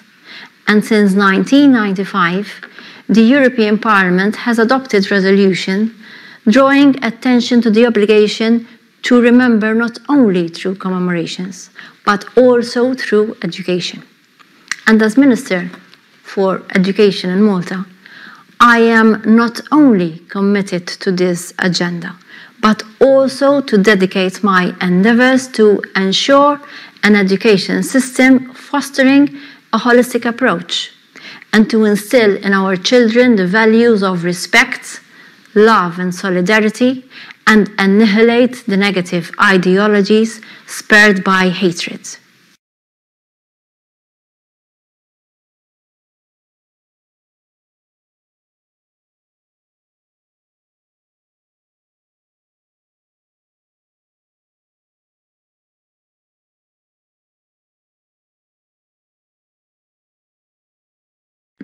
Thank you very much. We just heard the words of the Minister for Education and Employment from Malta. I'd like now to propose you to hear about the words of another minister based in North Macedonia of Education also and Science, Ms. Mila Karovska.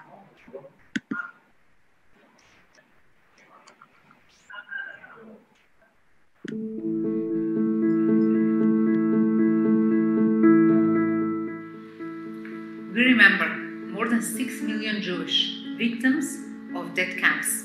Among them were 7,144 Jews from Skopje, Bitola and Štip who lost their lives.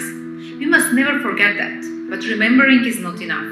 The culture of remembering should inspire societies of action. We need to act now in order to prevent such an evil happening again. Therefore, the new concept for primary education is based on accepting diversity. From an early age, children should learn about multiculturalism and interculturalism. They should develop awareness about equality and learn to accept diversity, as these are qualities that give value and meaning of life. Teachers should answer every question and complement the knowledge children have gained at home. We must teach them that an equal and just society can only be built with tolerance and mutual respect. Together, we can build a better world, a world where different ethnic and religion communities live and work together. Through education, we create generations that will prevent violence and rid the world of antisemitism, racism, and injustice. That is why we initiate educational reforms create new didactic materials, and strongly support all efforts against discrimination, hate speech, and all forms of violation of human rights.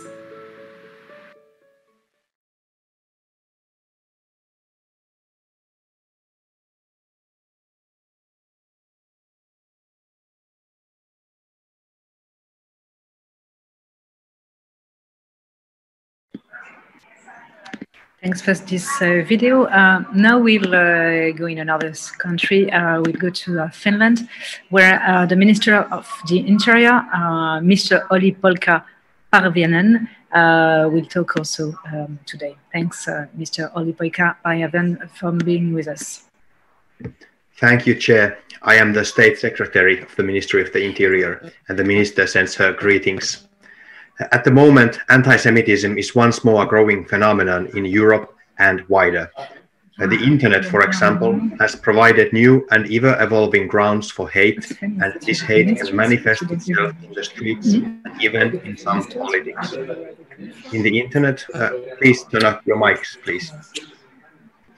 In the Internet, the algorithms lead one to so-called echo chambers, where the anti-Semitic ideas and views gain support and multiply. The COVID pandemic has also added fuel to those supporting anti-Semitic views. We have seen many old conspiracies woken up during the pandemic, even though their cover can be made to look like something else. There is still anti-Semitism behind them, often. The threat of violence targeted against Jewish communities as well as cultural and religious sites is also growing. Anti-Semitism is a cross-border and global threat and an attack on European core values. It is important to have a holistic approach to fight anti-Semitism effectively, locally, nationally, and internationally. The Council Declaration on Mainstreaming the Fight Against Anti-Semitism across policy areas adopted in last December provides good guidelines on how to fight against anti-Semitism. On national level, it is important to involve the Jewish communities and work with them in close cooperation. They can provide the best insight on how this crime can be resolved. Jewish communities are threatened by different extremist groups which do not have respect for human rights and fundamental freedoms. We need to focus on the whole society to prevent these crimes. And as the memory of mankind is often too short, it is important to learn from the history too. It is important duty of us all to remember the Holocaust and to make sure that nothing like that would ever happen again. We must work against it. Greetings from the government of Finland. Thank you.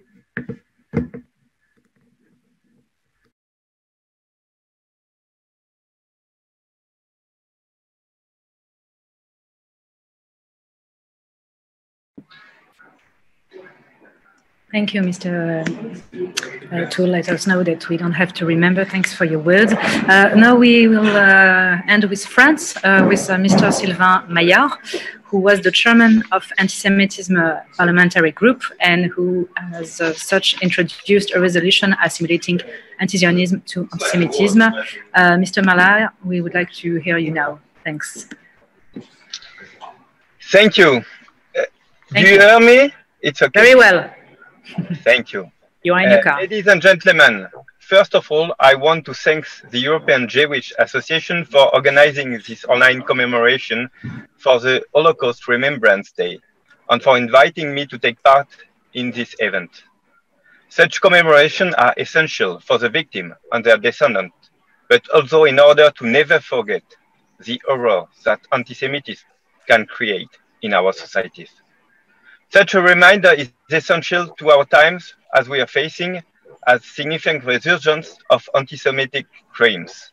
In France alone, anti-Semitic acts increased by 27% last year. This trait is particularly worrisome as the hate against Jews in a form of intolerance that can grow insidiously without the majority of citizens noticing it, except during dramatic events such as the attacks on a synagogue that behaved Germany 2 years ago. It is also worrisome because of the new form of intolerance towards Jews that has appeared in recent years and which doesn't say its name, as antisemitism can take sometimes the form of anti-Zionism. Of course, criticizing Israel on its policies is not an anti-Semitic act, but to deny the right to exist is indubitably one. The reality that such hatred is not significant lies precisely in the fact that there is no other country for which the denial of the right to exist would not appear to us as illogical, incomprehensible, insufferable. There is therefore not tolerable that is the case of Israel, for the sole reason that it's a Jewish state. The fight is a new form of hate against Jews. I drafted in 2019 as president of the study group of antisemitism of the French National Assembly a resolution proposal in order to adopt the International Holocaust Remembrance Alliance definition, which has already been adopted by the European Parliament in 2017 and endorsed by the Council of the European Union 1 year later. The definition is worded as follows. Antisemitism is a certain perception of Jews which may be expressed as hatred toward Jews. Rhetorical and physical manifestations of antisemitism are directed toward Jewish or non-Jewish individuals and or their property, toward Jewish community, institutions, and religious facilities. By adopting such a resolution, by pointing the anti-Zionism as one of the modern forms of antisemitism, I believe that we'll be able to fight more effectively against the new antisemitism. I believe that will be the fight for more effectively against antisemitism for the 21st century, which no longer dares to say its name, but we still have at its sole source the hatred of Jews. I was particularly proud as a legislator, but also as a citizen, where this resolution was voted and adopted by my colleague in December 1917. But France is not also the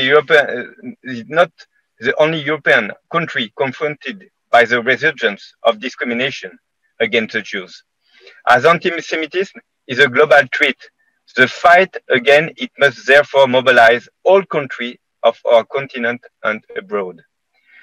This is why such international commemorations are important in order to unite us against these common threats.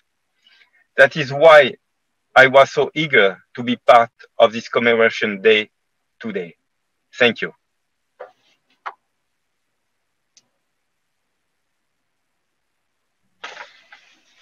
Hello. Thank you for your words, Member of Parliament Sylvain Maillard. And now we will continue with France, and I have the privilege to introduce Monsieur Joël Mergui, the President of the Consistoire of France. Mr. Joël Mergui.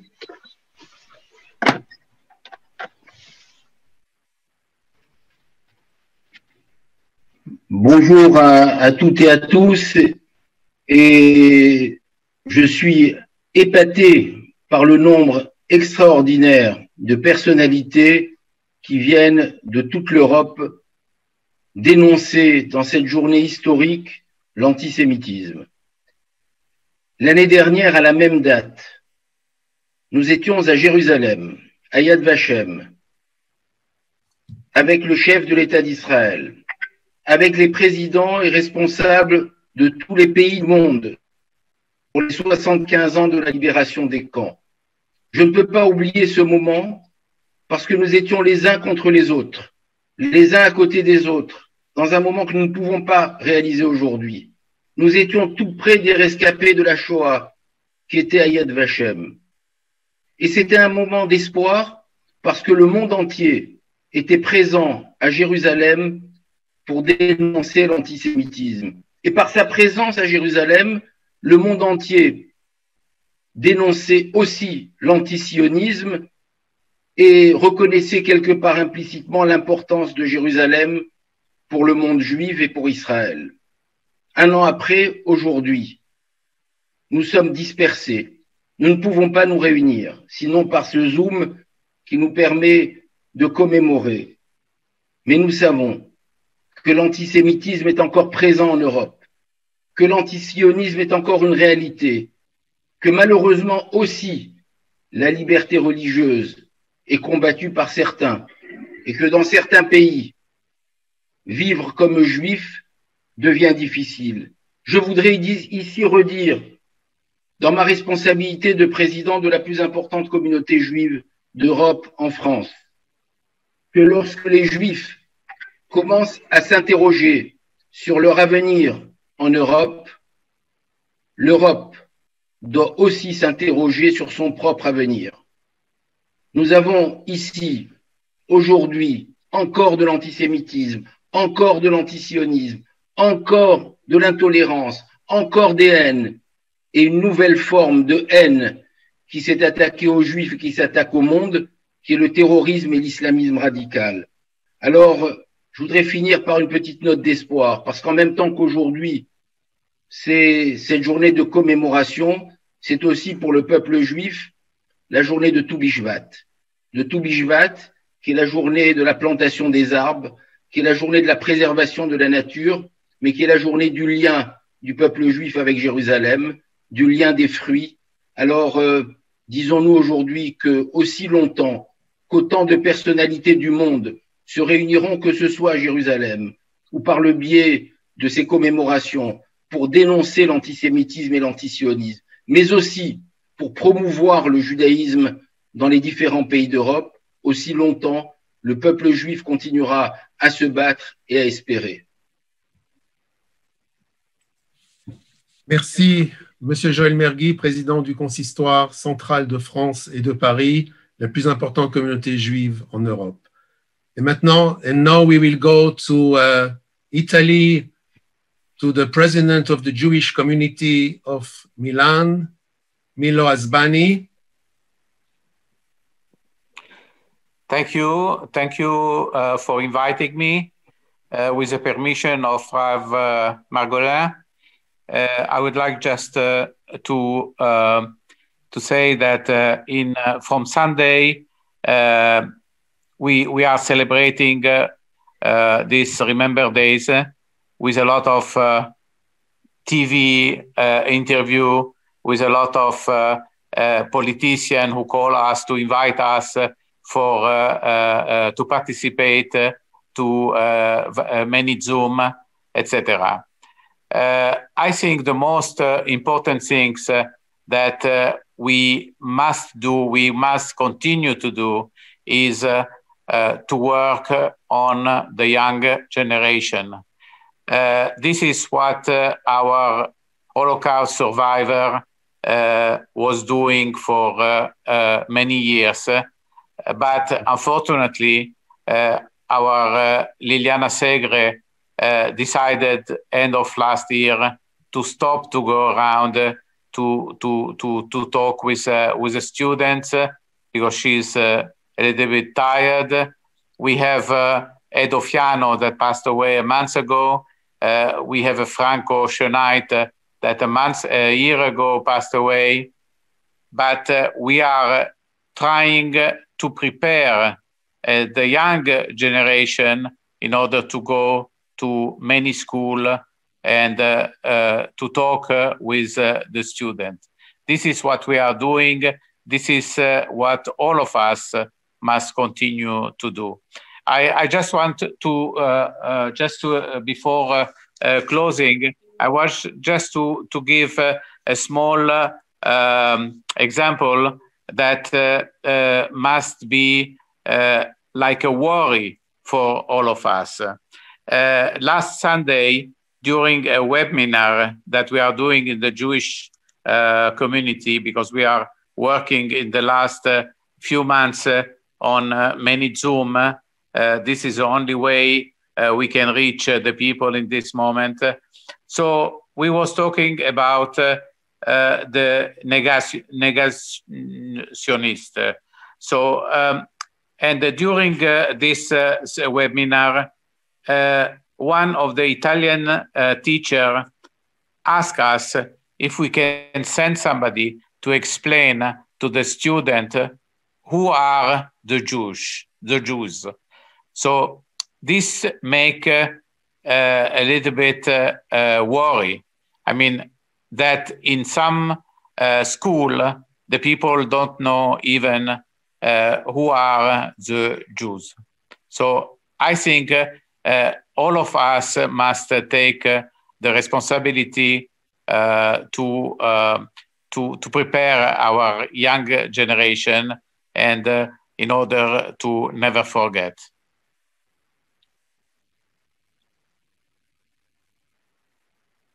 Thank you. Thank you, Milo.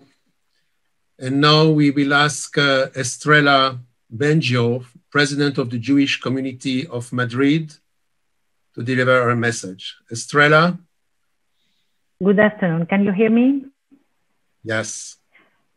So first of all, thank you to the European Jewish Association for organizing this such event. Thank you for the invitation and giving the opportunity to me to express some few words in this very special day, the day where we are commemorating the Holocaust Remembrance Day. And this is the day to express the commitment to fight against hate, intolerance, antisemitism, and xenophobia. And also it's the day for the commitment that this situation never happen again.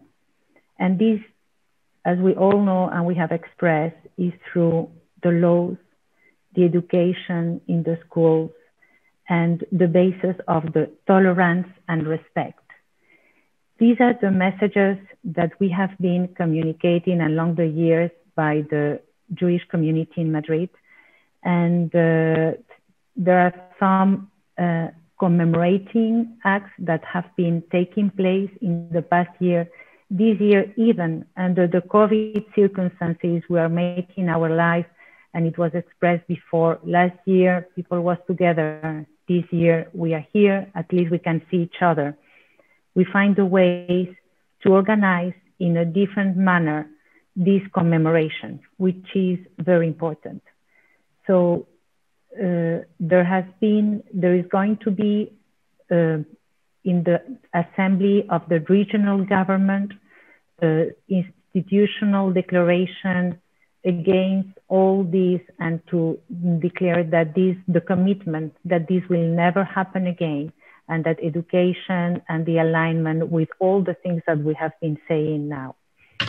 There are also some activities in the town hall of Madrid that will be taking place tomorrow, and other 6 town halls where this commemorating act with the presence of authorities and few members as long as possible in these special circumstances will be taking place.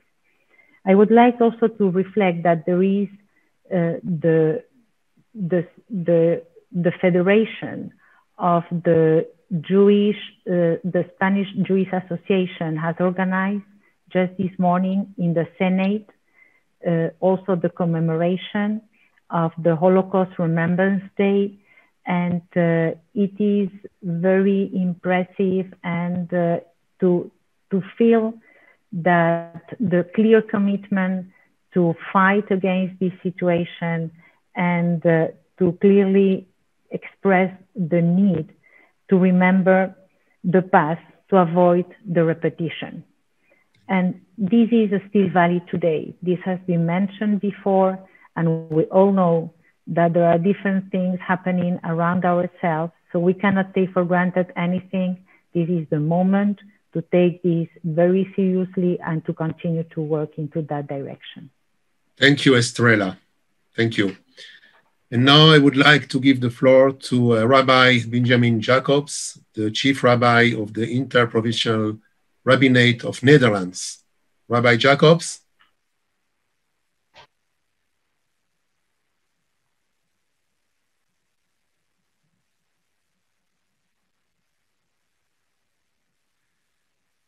If Rabbi Jacobs is not connected right now or is not listening, can we ask? You hear me? Yeah. First of all, thank you for organizing this very impressive Zoom meeting. We commemorate all those who were killed. And I heard a lot of warnings for the future. And of course, that is very, very necessary. Knowledge about what happened and also knowledge about who is Jewish. Very often I give a lecture and I get a compliment that my Dutch is so well. So I'm telling them I'm Dutch. I'm born already living here more than 10 generations. Oh, we thought you were Jewish. People don't know anymore in so many places what means a Jewish person. That is scary. But I want to bring something in the picture what I didn't hear anybody speaking about it yet. I had the privilege to work in a Jewish psychiatric hospital. There are the people who did and did not survive. I met a person, he comes once in 6 weeks at my home. He's a survivor. And he is very, very thankful to the Gentiles who risked their life to help him to survive. But he's also suffering. When he was 6 years old, he came to his parents, the ones who saved him. And the first thing they told him, he was 6, do you know why that happened? Do you know why you are suffering? Do you know why Jews are suffering? The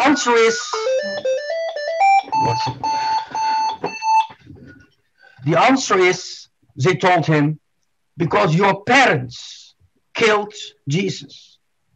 So this little boy, 6, starts thinking, what happened? Why did my parents do that? Till today, he's still thankful to his parents. At the same moment, he's still suffering from the fact they tried to convince him, to convert him. So we also keep in mind that there are people who are still suffering. They survived as they did not survive. Why did it happen to him?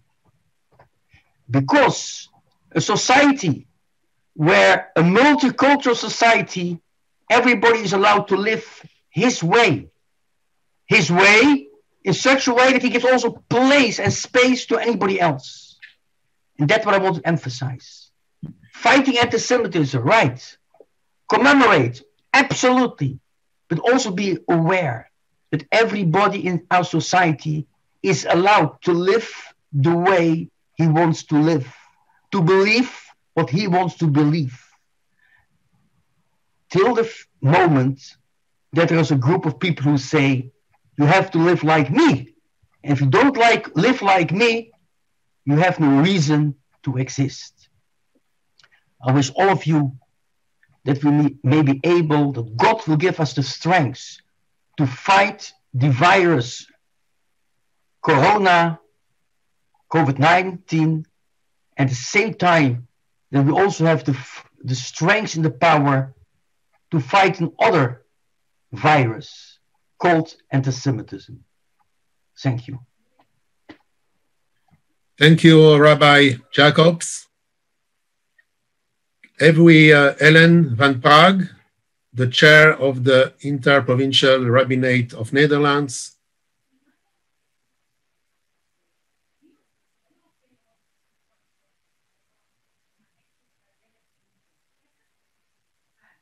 If not, we will go to Regina. Hello.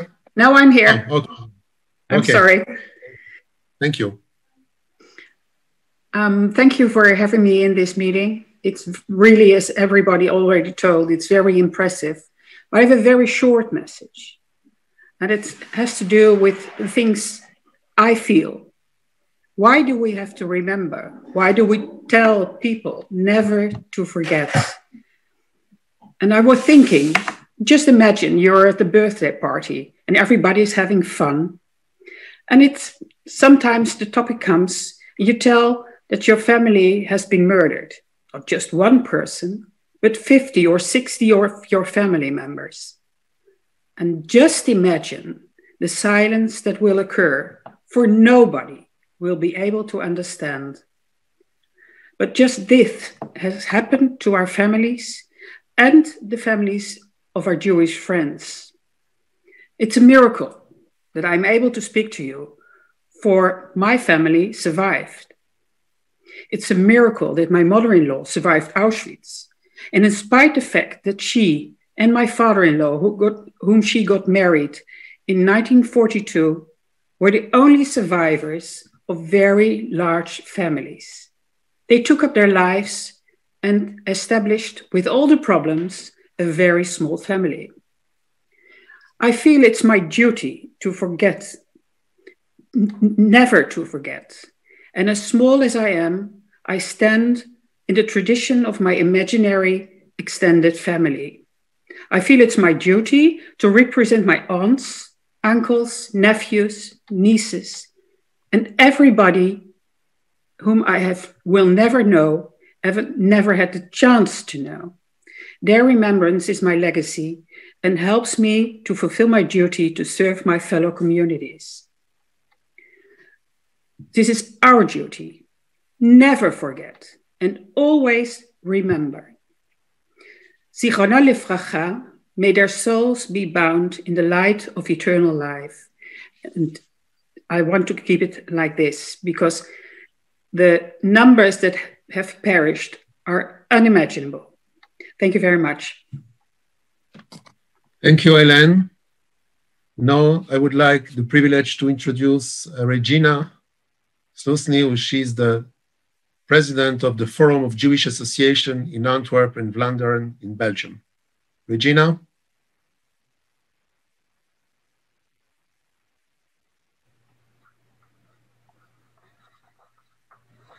Hello, do you hear me? Yes. Yes. Thank you for having me. We remember Auschwitz. In recent years, we have seen increase in remembrance education activities in Belgium. Many schools visit Dossin Museum in Mechelen, the place from where more than 25,000 Jewish people, as well as several hundred gypsies, were deported mainly to Auschwitz.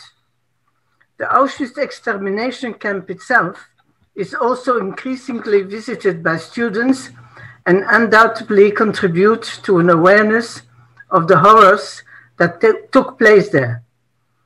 The lesson to be learned is that racism and intolerance can lead to genocide, and this topic is rightly given a lot of attention. More and more people are discovering racism, and that battle, unfortunately, must still continue to be fought. Even one person who falls victim to hatred and intolerance is one too many. It is more than ever necessary that schools pay a lot of attention to this. However, this is not all that Auschwitz teaches us. By updating education about the Holocaust to the problems of our current society, such as racism and xenophobia, the fundamental element that Auschwitz stands for threatens to become less important. Antisemitism is rarely featured in the media. In the social debate, it is increasingly politicized. Fortunately, racism is widely condemned, but anti-Semitism is increasingly seen as being justified. And yet, that is the great lesson that Auschwitz teaches us, that hatred of Jews was the generally acceptable and defensible attitude in the years before World War II, which allowed this genocide to take place. In the present time too, hatred of Jews appears to be justifiable, but in different terms than in the past. It would appear that anti-Semitism is a contagious virus that constantly mutates and cannot be eradicated. To this day, there is no vaccine that appears to resist it. In the commemoration of the liberation of Auschwitz, we mourn the millions of people who were murdered, including 6 million Jewish men, women, and children. They were murdered just because they were born Jewish, simply because they all had a Jewish mother. We must also think about the people who survived the camps, but whose lives have since then been destroyed. A very few of them are still alive today, and they can still bear witness to what they saw and experienced firsthand. Within a few short years, the negationists and Holocaust deniers will doubtless take advantage of this shamelessly when these people are gone. We should also think of all those people who had to live in hiding through the years of occupation and who have also come out of this horror traumatized. However, today, let us honor the silent heroes.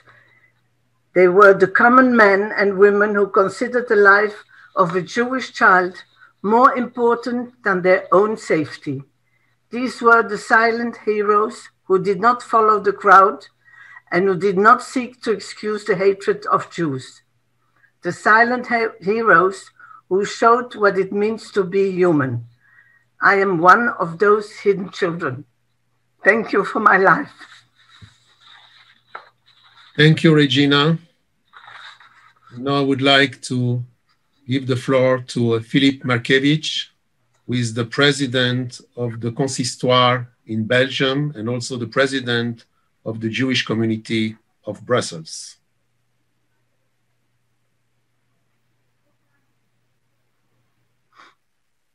Mesdames et messieurs, chers amis,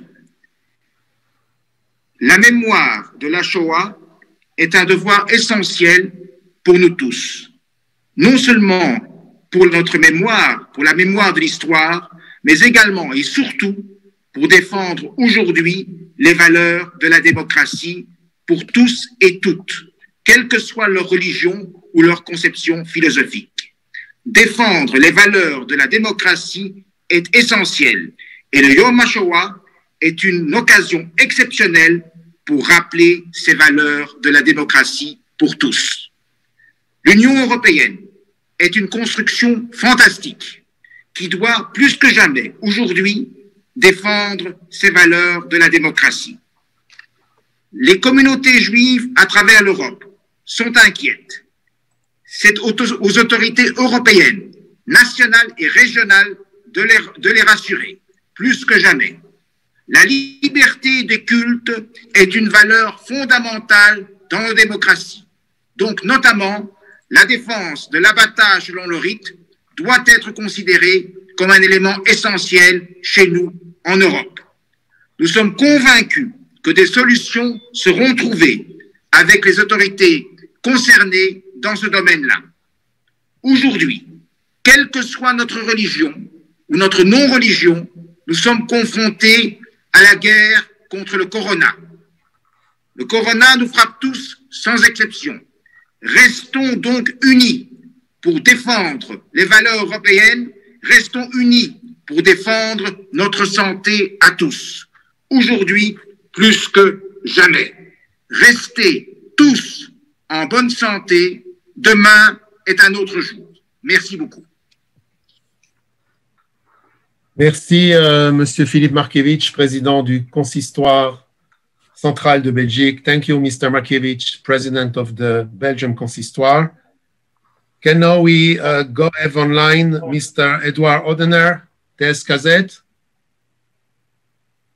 Yes, I'm here. Thank you. Can you hear me? Yes, we can hear you. Please, okay, Edouard. Well, I had a whole speech prepared and there was so much said. All my friends from EJA invited so many fantastic people that talk about anti-Semitism, but I would like to say something personal about what happened to me and my family. My family before the World War II was counting about 200 people. After World War II, there was only my father, my aunt, and my father's cousin that was left after the World War II, and we never knew what happened to most of my family. My mother's family, she was the only one who survived, thanks to the Polish people who kept her alive during the 5 years of the nightmare that was the World War II. And I hope it will never happen again. That's why we have to fight with all the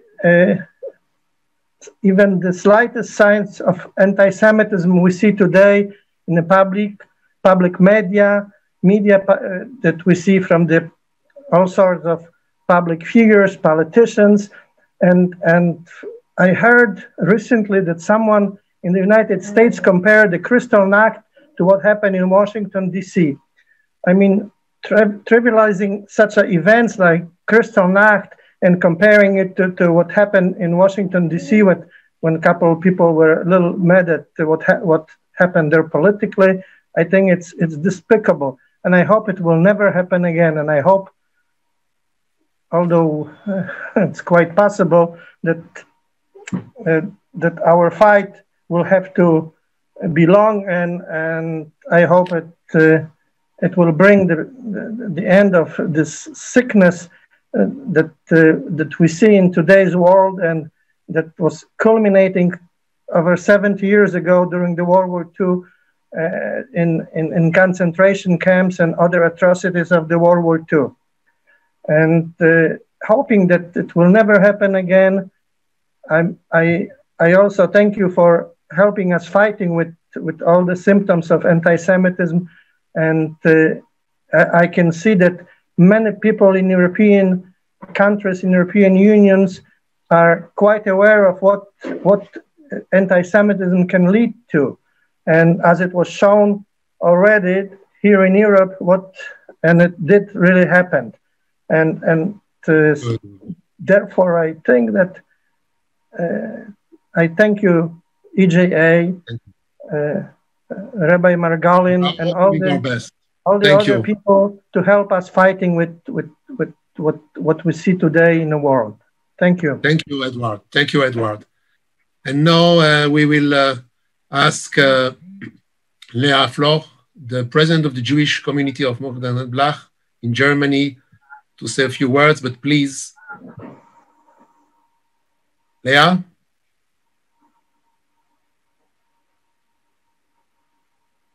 Lea, are you there? If no, I will ask my colleagues. Alex?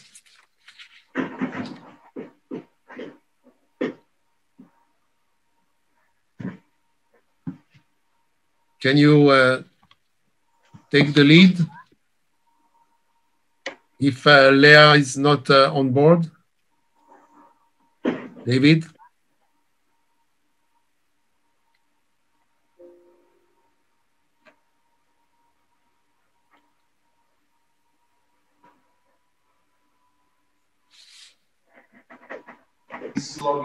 Okay, I will replace David as is arriving. I would like to let Constance Le Grip, who's member of Parliament, vice chair of Cultural Affairs and Education Committee at the National Assembly of France, to talk now. She has to go soon. Thank you very much, Michelle. I know that there are many people who believe there is no vaccine against antisemitism. Constance? Therefore, we have no choice but just to continue living. Can you hear me? Can you hear me? Okay. Thank you very much for inviting me to this very important event. On this Holocaust Memorial Day, this Holocaust Remembrance Day, we commemorate the victims as we commemorate the anniversary of the liberation of the Auschwitz-Birkenau camp. We remember the Holocaust due to anti-Semitism. And remembering is, of course, our duty, our responsibility. But first, I'd like to say that precisely 1 year ago, I was in Poland. I was invited by the European Jewish Association to a study visit in the concentration camp of Auschwitz-Birkenau. And of course, I will never, never forget. In everybody's life, I think there is something absolutely incredibly moving that happens when you have the opportunity to visit the concentration camp. And thank you again to the European Jewish Association to give me this opportunity, especially and precisely 1 year ago. What happened in that concentration camp of Auschwitz and in the other concentration camps and in other many places all over Europe, the murder of millions of Jews, gives us an obligation, watch over and keep the memory alive. It gives us an obligation of vigilance, responsibility, and courage against denial and amnesia. Because as we honor the victims and the survivors of the Holocaust, we must absolutely repeat that anti-Semitism still exists. In my country, France, a young man, two old ladies, very young kids have been murdered just before they were Jewish. And a terrorist Islamist attack against a kosher supermarket happened here in Paris.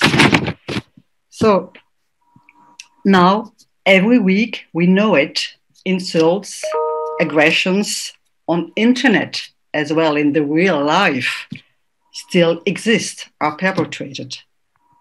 Intolerance, hate, anti-Semitism, racism should have no place in our world.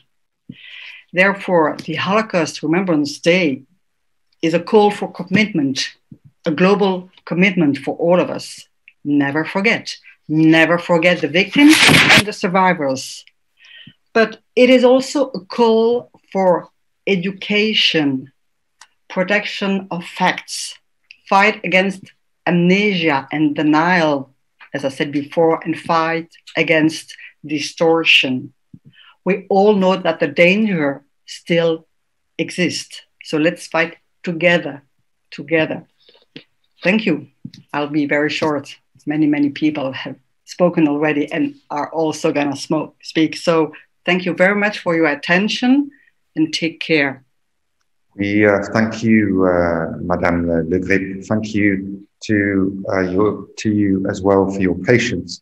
It's been quite a long webinar, Zoom meeting, but I think we can all agree that it's very, very important to hear this testimony, these speeches. So we thank you for that.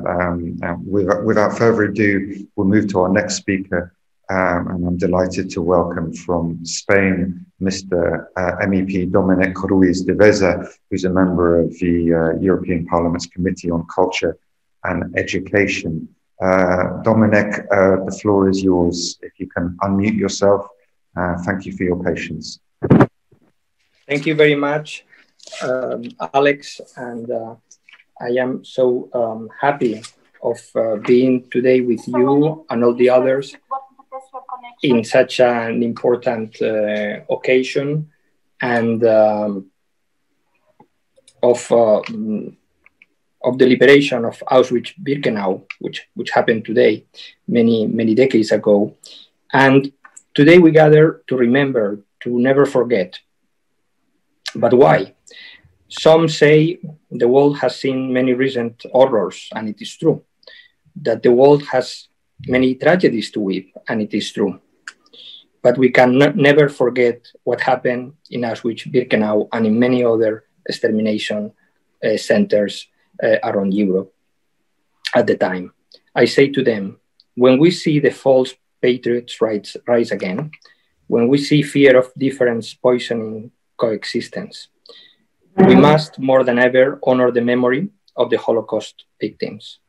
Remembering them is not forgetting our commitment to fight every day against our worst instincts, to better ourselves, and assert, not on my watch, never again. I believe that we should strive for something, to consider the world our homeland and the humankind our family. Thank you very much. Dominic, thank you for your beautiful words, and thank you again for your patience.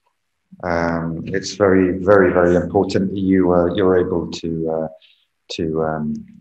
say those words with us. Would like to pass directly to another MEP right now, MEP Angela Winzig from Austria, a member of the European People's Party. Before I hand over to my colleague David Fiorentini, who will introduce a number of our Italian politicians. So MEP Winzig, vielen Dank, and the floor is yours.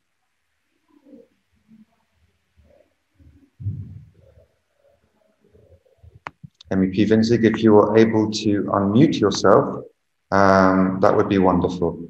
I can see you're struggling with it, so we'll give you just another few seconds. We just need you to unmute your microphone if it's all possible. There we go. Thank you for your patience. Okay. Yes, good afternoon, ladies and gentlemen. Thank you for the invitation. I'm very honored to be part of this very important event today. We are here together to remember the victims of the Holocaust. We have heard it, the 6 million Jews and many others murdered during a period of unprecedented, horrific cruelty. A time when human dignity was cast aside for racial, atrocious ideology. The Holocaust was one of our darkest chapters in human history. Coming from Austria, I'm all too aware of how important it is to face our history honestly and recognize our responsibility for yesterday, today, and tomorrow. To learn from the past and to let it inform our present and future. But also in these turbulent times of crisis, we must ensure that intolerance, hatred, bigotry, and antisemitism have no place in our society. Because commemoration can only make sense if remembrance of the countless victims teaches us a lesson to never forget, to never think that what happened back then never cannot happen again. We must remember and we must fight for our values and against hateful tendencies. We cannot undo history, but we can work to ensure that the past doesn't repeat itself. Never happen again. This is also our mission in the European Parliament and also on our national level. Thank you.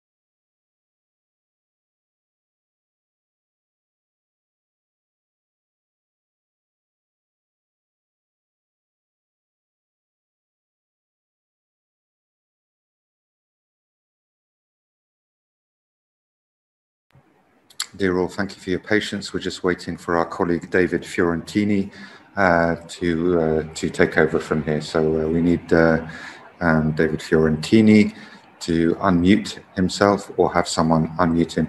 In the meantime, thank you, Angelica, sorry, for your wonderful words and for your important words on this day. And we thank everyone for their patience once again. So, David, I hope you are with us. Thank you. I'll be taking over from here. Thank you very much for the patience.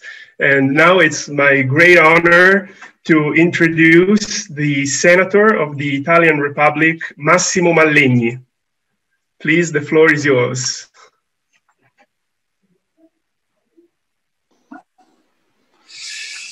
Good afternoon, and thank you very much for invitation. Thank you for European Jewish Association. Friends and excellent representative of institution and association, good afternoon. Today is as every year, many people deal with their thoughts on the tragedy of the Holocaust. Many do it by choice, many others cannot do without it. Many live this day like any other day of the year, always keeping in their mind and their hearts one of the darkest periods of our history. Personally, I don't think of the Holocaust only on January 27th, but living in a land tortured by Nazi fascism. Every day I see in front of me the sign of a recent past that has marked our lives forever. My region, Tuscany, my land, Versilia, and the village of Sant'Anna di Stazzema, the place of useless massacre in which more than 500 people including children, women, and men, were slaughtered, make me always attentive and vigilant to any kind of discrimination. Unfortunately, even today, there are resurgences of anti-Semitism. We must oppose with every means and woe to those who pretend not to see. The Holocaust is a wound never healed in our lives. There can be absolutely no justification for what happened, and the attempts of those who deny everything that happened 80 years ago are not acceptable. Today, we are faced with difficult choices. The serious pandemic that has struck the world could be classified as a new war that has already exterminated over 2 million people.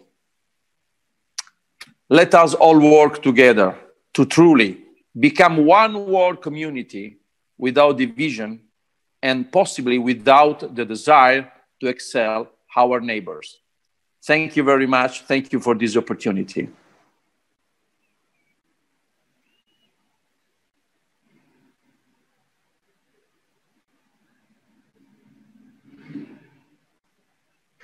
Thank you very much, Senator Mallegni. It's been a pleasure having you here. And now it is my great pleasure and honor to introduce to you our next speaker, who is Senator Maurizio Gasparri.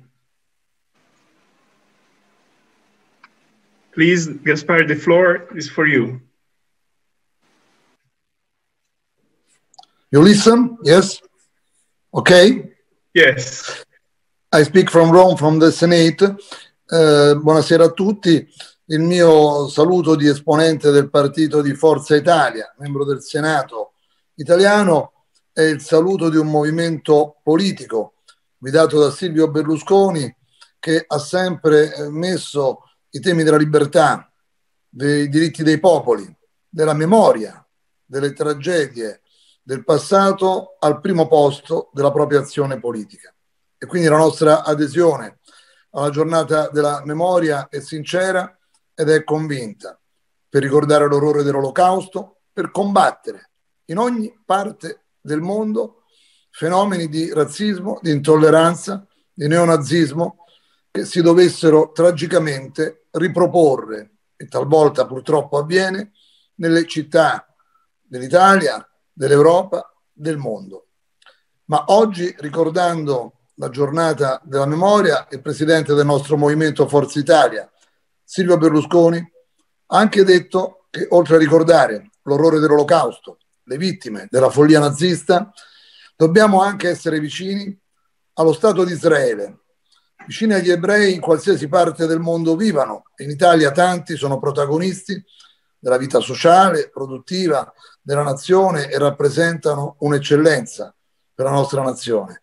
Ma tutelare Israele, i suoi confini, il suo diritto, la sua vita quotidiana è, credo, un modo anche per rendere attuale la volontà di combattere ogni discriminazione, ogni aggressione. Credo che questo sia importante, perché talvolta molti parlano del passato e fanno bene, ma trascurano le tragedie e le aggressioni del nostro tempo e fanno male.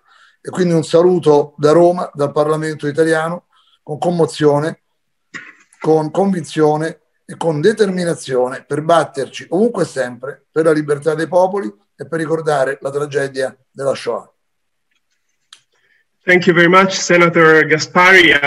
For those who don't speak Italian, I'll quickly translate in English the message. And Senator Gasparri is saying, giving his regards in the name of the whole Forza Italia party, which is represented by the person of Silvio Berlusconi in particular, who has always put in the first place the values of freedom, the right of self-determinations of people, the importance of values and of the past. All of these values are really at the top of our priorities to combat any type of discriminations and racism across the world. Also, today, Silvio Berlusconi, remembering the victims of the Holocaust, has also stressed the importance of being close to the state of Israel, who's today is the real custodian of the Jewish community, and being close to the state, to the whole Jewish communities of the world.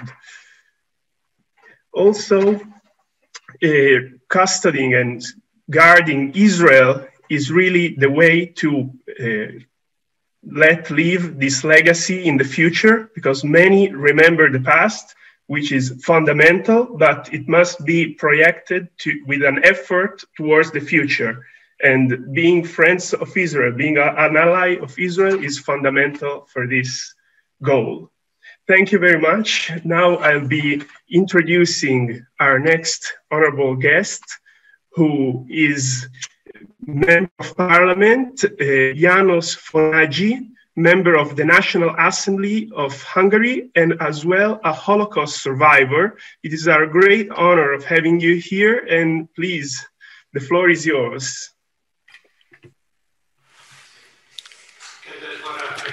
My dear friends, we lost 600,000 of our compatriots during the Holocaust. Protecting their memory, remembrance, and paying respect is a moral duty. Beside mourning, we also have the obligation to steadfastly say never again. The Hungarian parliament and the Hungarian government has declared a zero tolerance principle and policy and exercises this against all forms of anti-Semitism. In 2001, Holocaust education has become a part of the Hungarian national curriculum.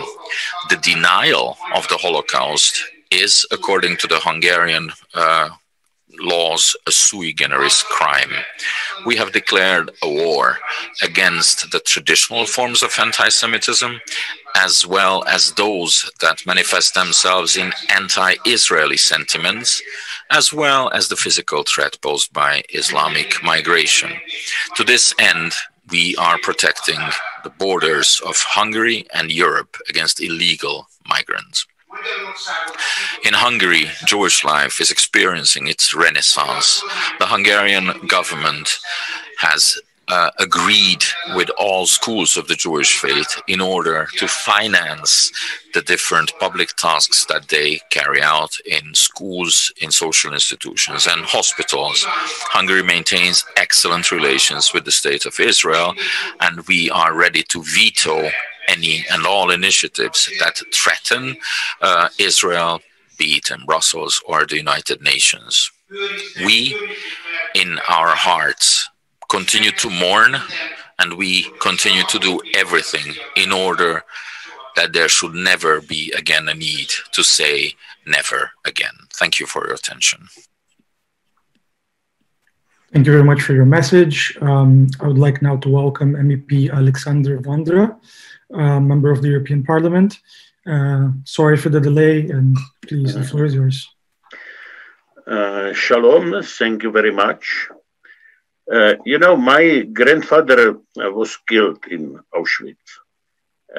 His name was Franciszek Vondra. He was not the Jewish, he was the political prisoner as a member of the anti-Nazi resistance movement. But since that occurred, the Jews in our family have always been considered as our best friends who deserve our friendship, support, and solidarity. And certainly the best day to remember that is today, when we are commemorating the 6 million innocent Jewish victims of the Nazi rage during the World War II.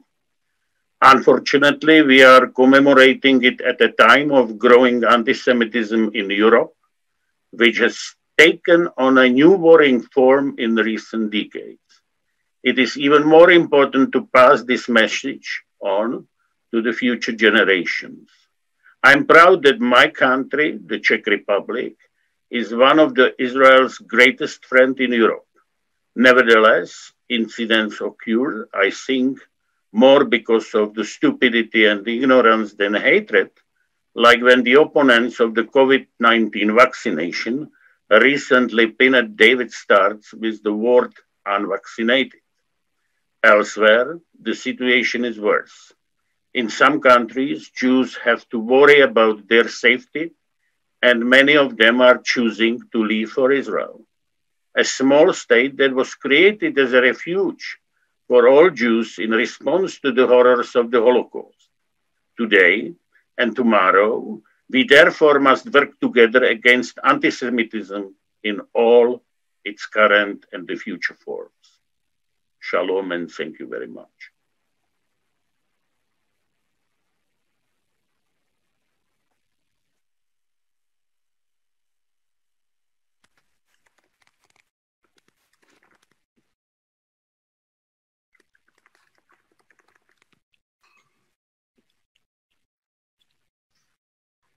I'd like to bring to the floor my colleague David Fiorentini again. If someone on the team could please unmute him at the moment.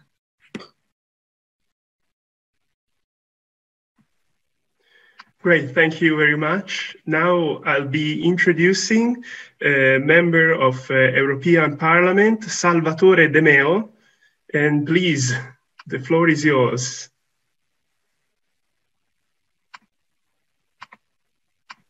Okay. Thank you. Good afternoon to you.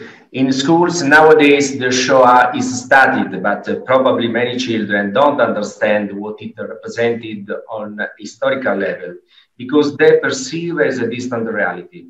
The word Shoah, which means catastrophe, destruction, hardly manages to render what it meant in the 1940s to be a Jew, to be a different, in a society that had destroyed all human and humanitarian spirit.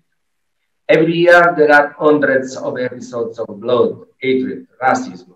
Practically, not a day goes by without deaths, injuries, violence, and abuse somewhere in the world. There is still too much hatred in today's society, and there are still many episodes of violence in all its forms that often involve youngsters. In this case, we didn't learn the lesson of history. We have seen violence in so many different ways, and all of them equally harm humanity dignity. Last December, Europe itself condemning the dictatorial regime of Lukashenko awarded the Sakharov Prize to democratic opposition in Belarus for freedom of thought. Brave men and women, representatives of political and civil society, who have fought and are fighting against a regime that deprives them of the most precious freedom, the freedom of thought. I believe that the protagonist for a real change in society must be the young people of today. We must trust them, their vitality, their energies, their enthusiasm, and accompany them to build solid and strong foundations. We must help them in the protection of what history has given us and take a cue from past not to fall back into catastrophic errors.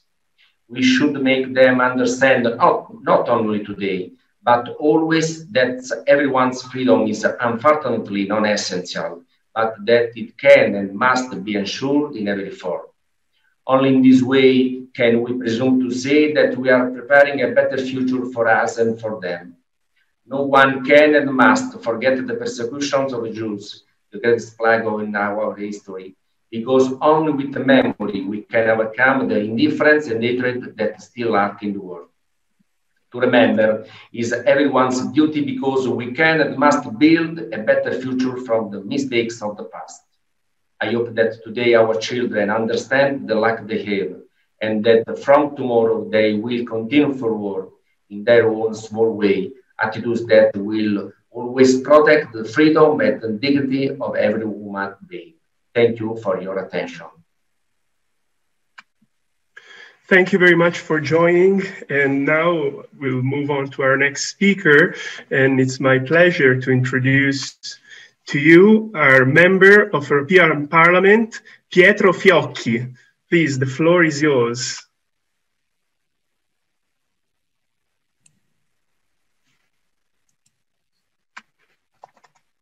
Hello, I hope you can hear me.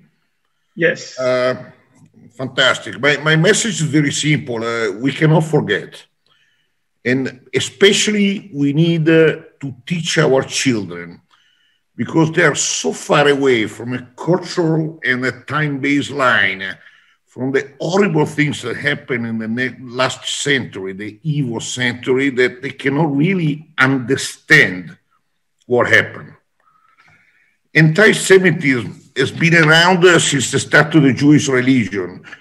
We can forget about the Romans, the Egyptians, the Muslims, and the first millennia, but if we go to the second millennia, we cannot forget about the Grenada Decree for the expulsion of all the Jews from Spain, the Dreyfus process of trial in France, the persecution started by the Tsar Nicola and continued by Stalin with the pogroms, which continued in a very efficient way until 1953, and so on, plus a lot of minor episodes in Morocco, Hungary, Poland, Moldavia, and so on.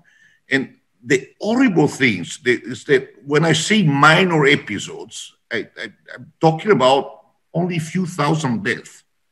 And this tells you everything, because few thousand deaths is a minor episode. And this is horrible, because one death is a horrible thing. But nevertheless, in the evil century, of course, Nazi Germany was the most evil and beyond the human comprehension in its efficient way, in its efficient approach, but was not the only one. So my message is, we cannot leave our guard down.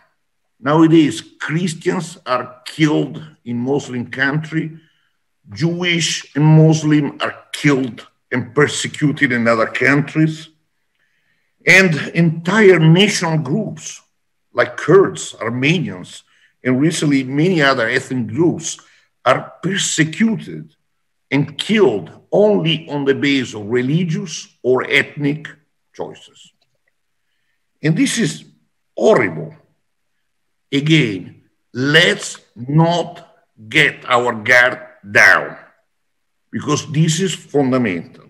And I will conclude in the words of George Santayana, who doesn't know history is destined to repeat it. Thank you very much. Thank you. Thank you for joining us in this online event. Thank you.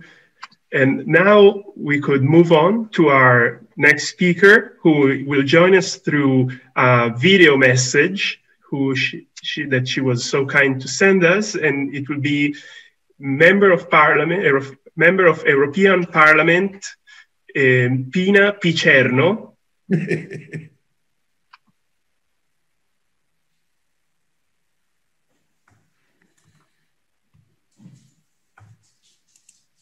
Don't think we can hear it.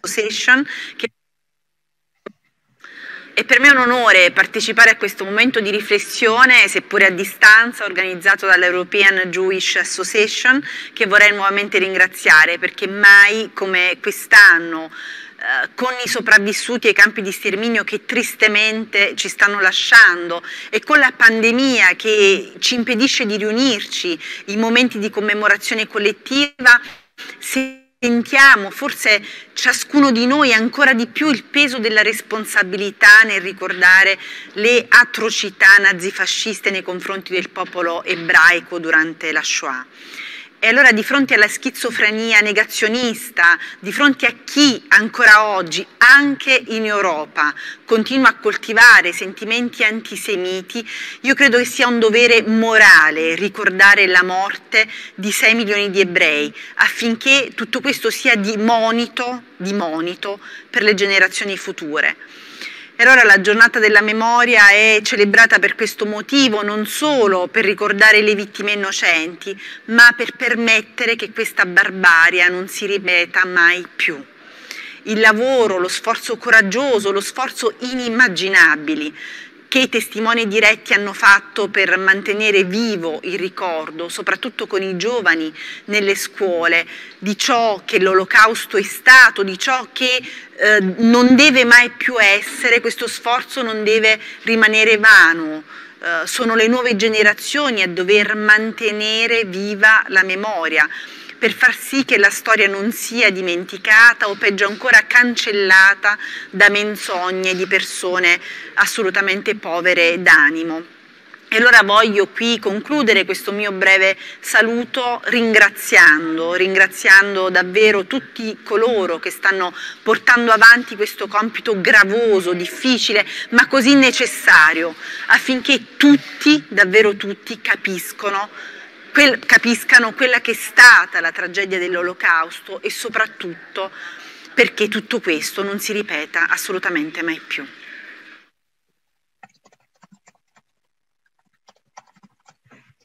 Thank you for having here. I think I'll pass now the word to our colleague Alex, yes, who wants to introduce our next guest.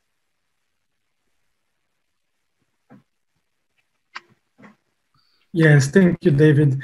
It is now my pleasure to introduce MEP Dirk Jan Epping from the Netherlands. He's the Vice Chair of the Econ Committee on Economic and Monetary Affairs. Please, MEP Jan Epping, and thank you for your patience. Thank you very much, Alex.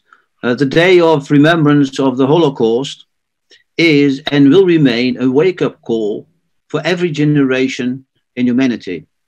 Anti-Semitism is, if you allow me to use the parallel of Rabbi Jacobs, a virus that mutates regularly in new variants, and also in Europe, as Mr. McGee has stated. One can say it has always been used as a political tool by certain leaders. These days, the most outspoken anti-Semitic is the leadership of Iran. It calls for the annihilation of Israel and is seeking nuclear weaponry for that aim. Therefore, I have taken always a strong anti-Iran position in the European Parliament. And I'm very supportive of Israel, which many countries in Europe are not anymore to a certain extent. One can criticize a government's policy, but not the right of Israel to exist. Israel is the only democracy in the Middle East. Keep that in mind, ladies and gentlemen. I welcome the Abraham agreements laying a diplomatic and political network of relations between Israel and the Gulf states. Good relations will do away, I hope, with the politics of anti-Semitism. And I hope that it will also change the educational material in those countries, which are often hostile to Jews and to Israel. I have to admit, however, that the EU is often too lenient to Iran and too harsh on Israel. Following the Abraham Accords in the European Parliament, I have reached out to the ambassadors of the Gulf states with whom I have been speaking on telephone, like, for example, the Kingdom of Saudi Arabia, Bahrain, Qatar, Kuwait, the United Arab Emirates, and Oman. I'm not in a position to really start lecturing them on everything, but I'm looking for common ground. And I want to encourage them, to continue a better cooperation and collaboration with Israel in many fields, also in the field of culture and in sports, etc. And you can say this is only a small step. From small step I make in Brussels, but many small steps make a big leap.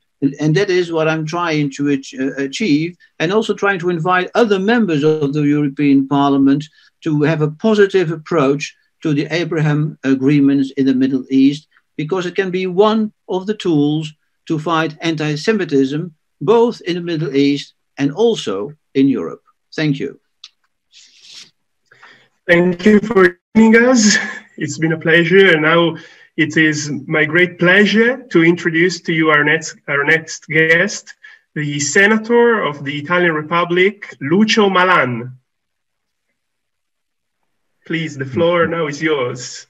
Thank you. Thank you very much to the European Jewish Association for organizing this meeting. Today we have not only to remember those who died in the past, those who were killed in the terrible extermination, in the terrible Shoah made up by the Nazi regime and helped by other regimes in other countries. But we have to say and to mean one thing: never again. And never again, it means that we must think not only about the Jews, think of the Jews who were killed in the past, but those who are under threat today, those who are threatened in the countries where they live and even in Israel. Had Israel existed at the time of the 80 years ago when the Shoah was put in place, many of those who were killed could have been saved, could have had a safe haven where to stand and to be safe. But even today in Israel, the Jews are under threat. I just heard mentioning Iran. Iran almost every week threatens Israel of destruction. Not only threatens, but somehow announces the destruction of Israel. So let's be in solidarity with today's Jews, those who are in danger, those who are under threat. The state of Israel is strong, is able to protect itself, but it is it has many enemies. So let's not forget what happened in the past, and especially let's do all we can to prevent it today, to prevent any kind of attack to Israel. And let's be careful within the European Union and even out of the European Union. Let's be very careful at avoiding the financing, the public financing to organizations, to so-called NGOs that are very often close to terrorism. I have brought this issue in the Italian parliament. We have to be very careful, both at the level of the member states and at the level of the European Union. No money to terrorists, no money to those who promote hate against the Jews and against Israel. Remember yesterday, but act today. Thank you very much for your speech, Honorable Senator Malan. Thank you. Now we are ready to introduce our next guest, our next speaker, who is a member of the European Parliament, who thank you for being here, and is Brando Benifei. Hi, thank you very much for this invitation. I'm really happy to be here also in my capacity of being a member of the board of the anti-Semitism working group of the European Parliament. Unfortunately, anti-Semitism is still a reality today in Europe, and it's part of a growing sentiment of hatred, of intolerance that we have been seeing in many parts of our continent. It's very important, like we try to do at the European Parliament level, that we bring together people from different political backgrounds with different ideas on various topics, also on issues regarding the future of the Union or foreign policy, but that are convinced that we need to fight with all our means and without any limit, any worry, all the manifestations of anti-Semitism, even the most subtle ones, and also the roots, the causes, with education, with understanding, with also clear political stances. I have to say that we have been in the European Parliament very much honored to be able to hear a couple years ago now the testimony, the words from Liliana Segre, Senator for Life in Italy, survivor of the Holocaust. And I was very much struck by many of her words. Her very strong, non-rhetorical, very clear recount of her experience, of the dishumanity that was in all the stories she has lived in. And I was struck also by her recount of when she tried to reach Switzerland with her father, and she was sent away. She couldn't get asylum. And also this topic was earlier mentioned about the fact that people could have survived having a place where they could get asylum at the time. And in fact, this is still a topic today. When we when we ignore human rights all over the world, the senator speaking before me has mentioned the situation we have in many countries in the world for Jews and also others, of discrimination, of persecution, although we all recognize, I think, at least here, the unicity and the historical unicity of the Holocaust. Today, we still have to do a lot to overcome this dishumanity, this incapability of recognizing the dignity of all human beings. That was one of the basic roots and causes, horrible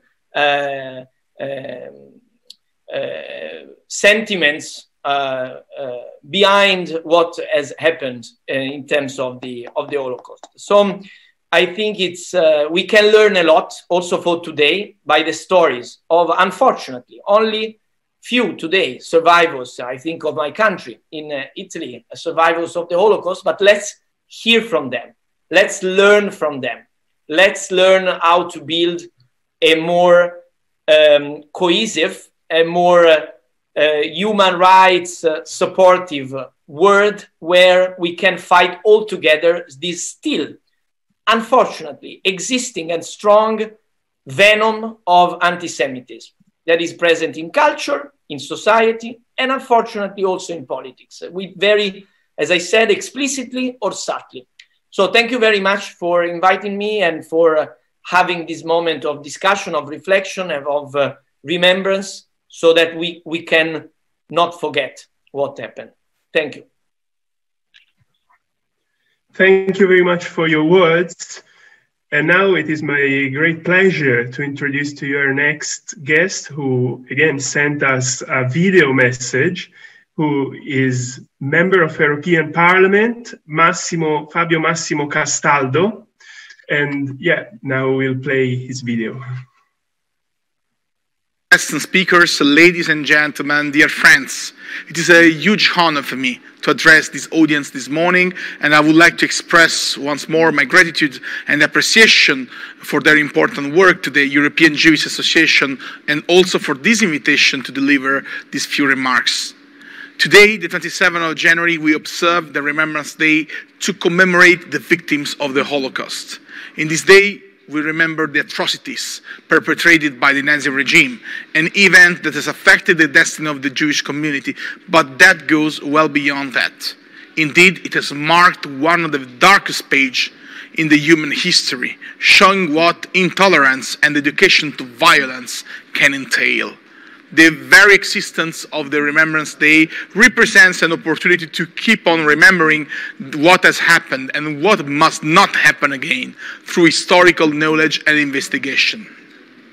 Although the atrocities of the World War II and the Nazi regime ended almost 80 years ago, the hate and the prejudice that brought to the assassination of more than 6 million people and the persecution of many more are very difficult to eradicate. The resurgence of anti-Semitism is a great concern, especially as we move further and further away from the lessons of the Holocaust. Similarly, the persistence of historical negationism has not disappeared and has been embraced even by certain authoritarian governments worldwide. Furthermore, religious discrimination is still present in today's world, and this has gradually and ignobly evolved into secular, political, and social forms of anti-Semitism. Especially on the Remembrance Day, we should make an extra effort to understand the meaning of events that have marked not only the last century, but the human history as a whole.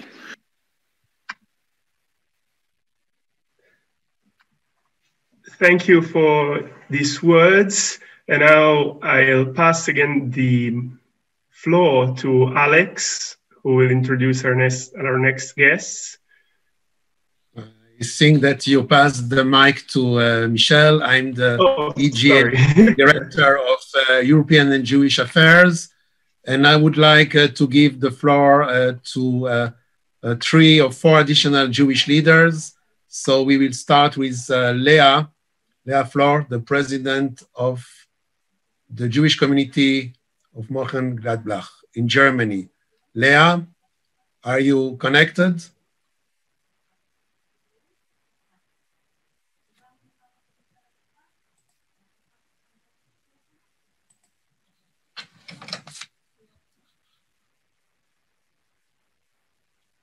Lea? So if until Lea will be identified, can you please now give the floor to the message of Philip Markiewicz, the President of the Consistoire of Belgium and also the President of the Jewish community of Brussels.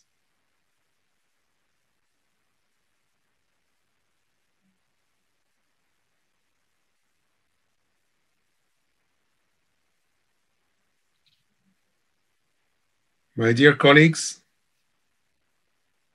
thank you.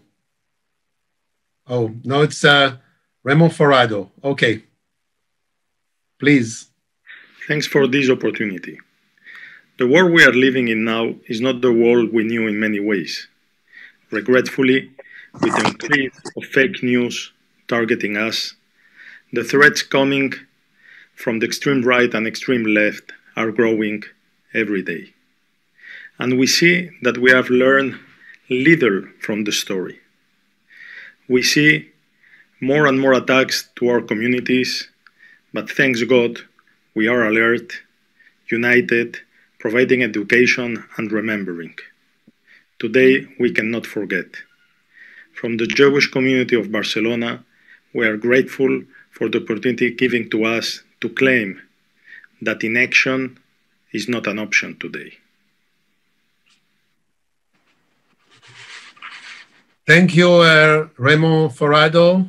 And now we have Dr. Lea Flor from Germany. Please, Lea. Yes, I'm here. Can you hear me? Yes, we can hear you. Fine. Kvod Rabbanim, dear ladies and gentlemen, Shalom. The remembering is very important, but very important are Holocaust survivors and child survivors. I have 138 child survivors in my community. And our task and to take care of these people, to give them possibility to live in their silver age in quiet and sure community. Their loneliness is their main enemy. Let's fight together that these people will feel them not lonely in our society.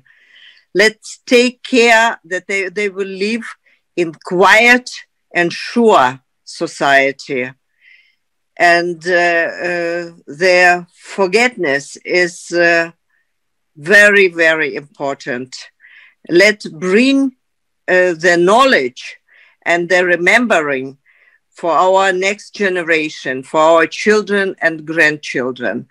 My grandfather was murdered in Auschwitz, and I want that next generation in my family will remember this.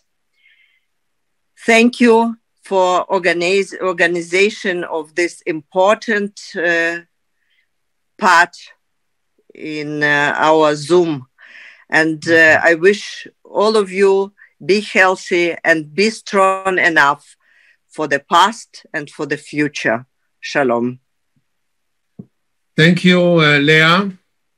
And now I would like to have the privilege to introduce Simonas Gurevičius, the president of the Jewish community of Vilnius, for his message from Ponar, a killing site of the Jews of Lithuania. My name is Simon Gurevičius. I'm the chairman of the Vilnius Jewish community.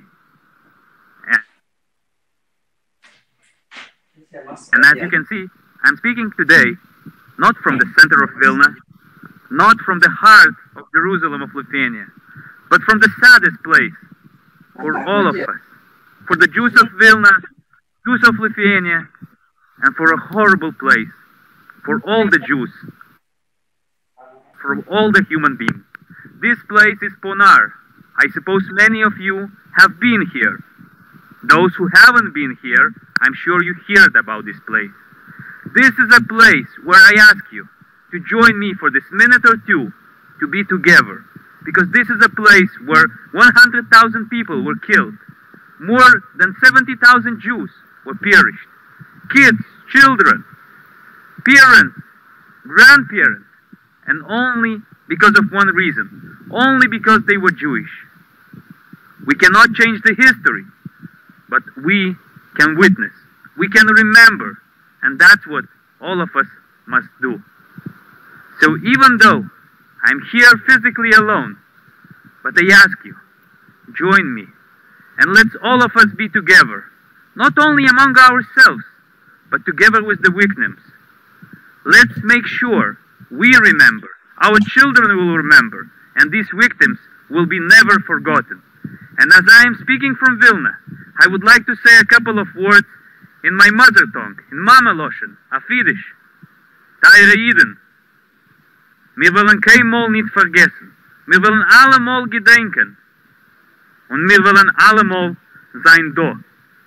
Unser Volk ist ewig. Und Am Israel Hai. Thank you, Simonas Gurevičius, the president of the Jewish community of Vilnius, for those very important and moving words from Ponar, the killing sites of the Jews of Lithuania in Vilnius during the Shoah. I would like now to give the floor to Tomasz Stern, the president of the Jewish community in Bratislava, and just after him for some remarks, our dear friend Konstantinos. Dear ladies and gentlemen, on behalf of the International Holocaust Remembrance Day, I am sending greetings from Bratislava, the capital of the Slovak Republic. The city once, before the Second World War, hosted a community of 15,000 people, around 10% of the total population of the city. Today, the Jewish community of Bratislava counts only about 500 members. Despite of this, the community is a very vivid and flourishing one. The very example of this statement is that what's going on in the very minutes while I'm talking to you, because at the courtyard of the Jewish community, the remaining 50 survivors of the Holocaust, out of the total number of 128 who are still living in Bratislava and surrounding, are being vaccinated. This whole endeavor, symbolically made possible on this very day, was made possible due to the cooperation of the Jewish community with the Ministry of Health and the organization EJA. I would like to thank, therefore, the government of the Slovak Republic, to the Minister of Healthcare, who himself is doing the vaccination of the survivors in this very moment, and to all the people who made this today possible. The Holocaust will forever remain a part of our memory, but allow me please, as a member of the so-called second generation, to emphasize the need to focus primarily on maintaining of our Jewish identity, traditions, and culture. This is the only and the best way how to honor and commemorate the victims of Holocaust. We will never forget. Thank you, Tomasz, the president of the Jewish community of Bratislava. And now it's my privilege to introduce the dear friend of our cause, member of the Greek Parliament, Konstantinos Karagounis.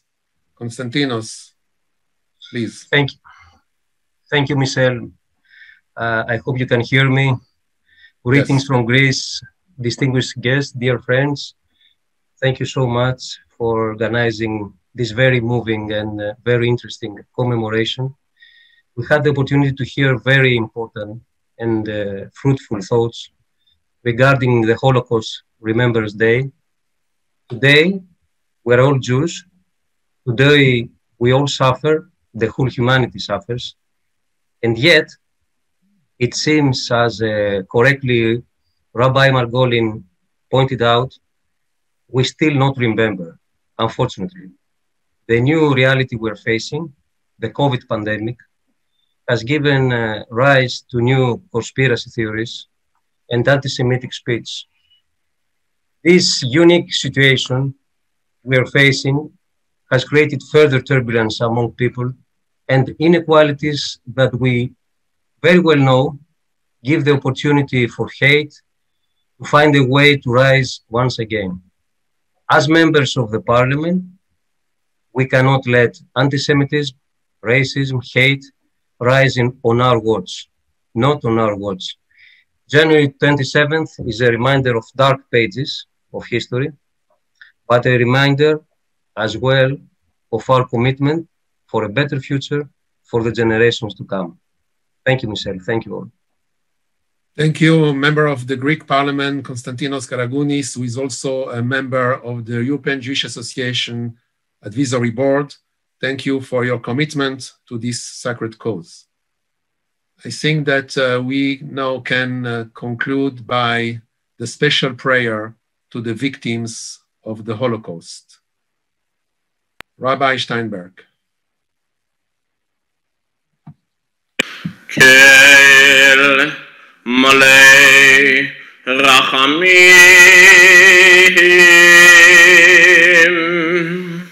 shochen b'meramim ametzeh menucha nechona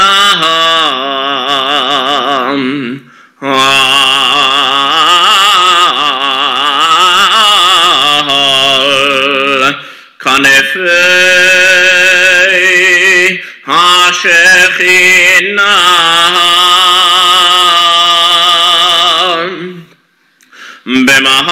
b'mahalot kedoshim utehorim kezohar rakim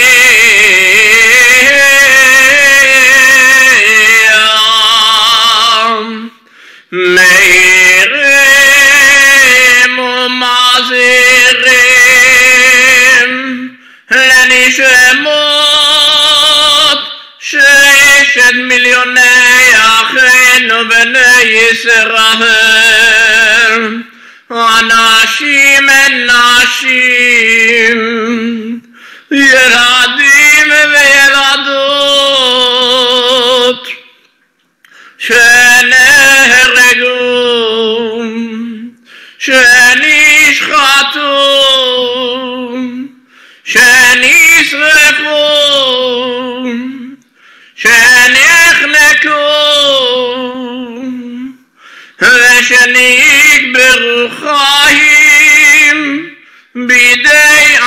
היועצים ועוזריהם יימח שמם.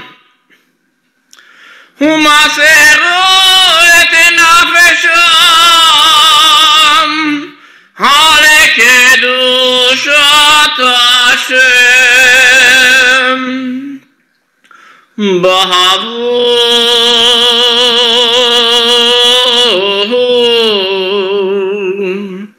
שאנו מתפללים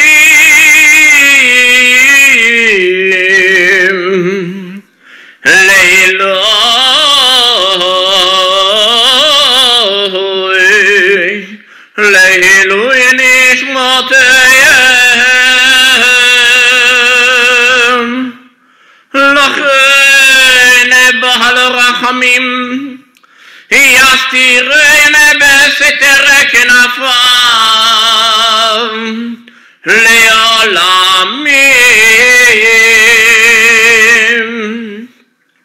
ויצרו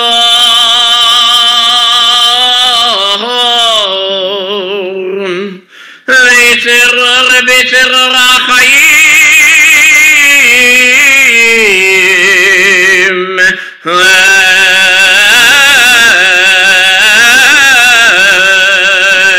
את נשמותיהם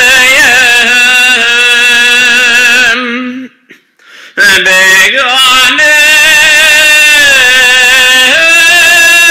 עדן תהא מנוחתם ודושם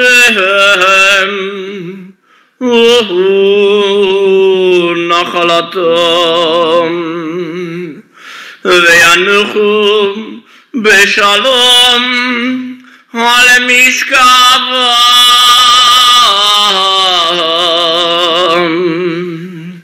ונאמר אמן.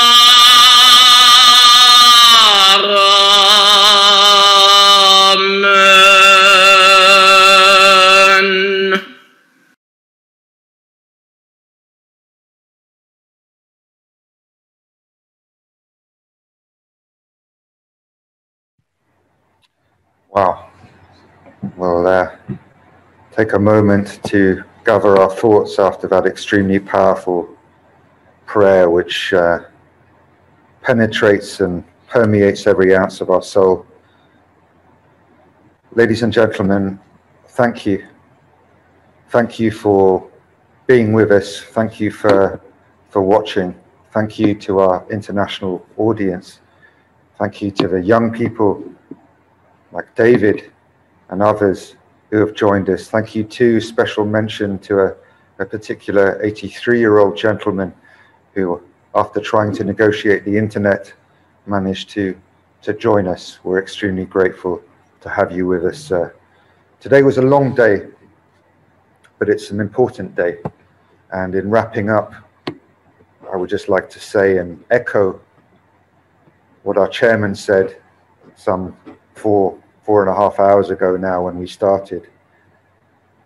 He said, the evil of the Shoah is still out there. It's still out there, just waiting to find the right voice, waiting to fall into the right hands. So ladies and gentlemen, as we finish here today, I would like to say we must be more than just guardians of memory. We must be active, vigorous, strong, resolute guardians against the oldest hatred.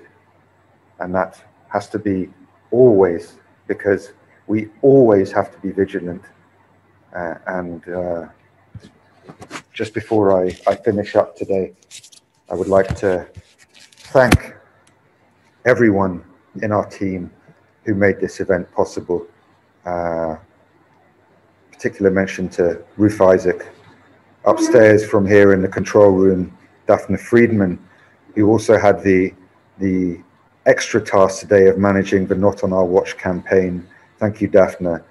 Mikhail Zvorobeichik-Muller, who's a dear friend of ours as well, who's managed to coordinate all of these videos. Oliver Bradley and Toby Borins in Berlin. Katya Bayer and David Kalfa in Brussels and Paris, respectively. of course, our dear Michel Gourari in Israel right now, but who we very much look forward to seeing in Europe soon to continue his fantastic outreach work with our Jewish communities. Alex Vissochi in Maastricht, David Fiorentini in Italy, and of course, Tal Rabina, Nir Natan, Shaked Harel in Israel, who have made it possible for us to have this streamed live on Facebook and on the Jerusalem Post, Arutz Sheva, and others. And of course, as well, I'd like to thank Shlomi Dahan for our office here. Ladies and gentlemen, that concludes our Memorial Day. My colleague Ruth is raising a hand for me. I believe you want to say a few words as well, Ruth? Oh, we have one more speaker. Sorry, the final speaker is? Yes, I'm very sorry, we have a member of parliament is from Slovakia, Okay, we have one more speaker, a member of the Slovakian parliament, Eugene Juzivska. So, sorry, of course, feel free to unmute yourself, and then we shall close this session. Thank you. Dear all, good afternoon from Slovakia. I'm honored to participate in this commemorative event today. As many before me mentioned, it is important to honor the memory of the millions of Holocaust victims. Because of the atrocities that happened during the last century, we gather every year in January to pay tribute to the memory of the Holocaust victims. In my country, in Slovakia alone, there were 70,000 Jewish victims. We have to remember them and their stories and share them further.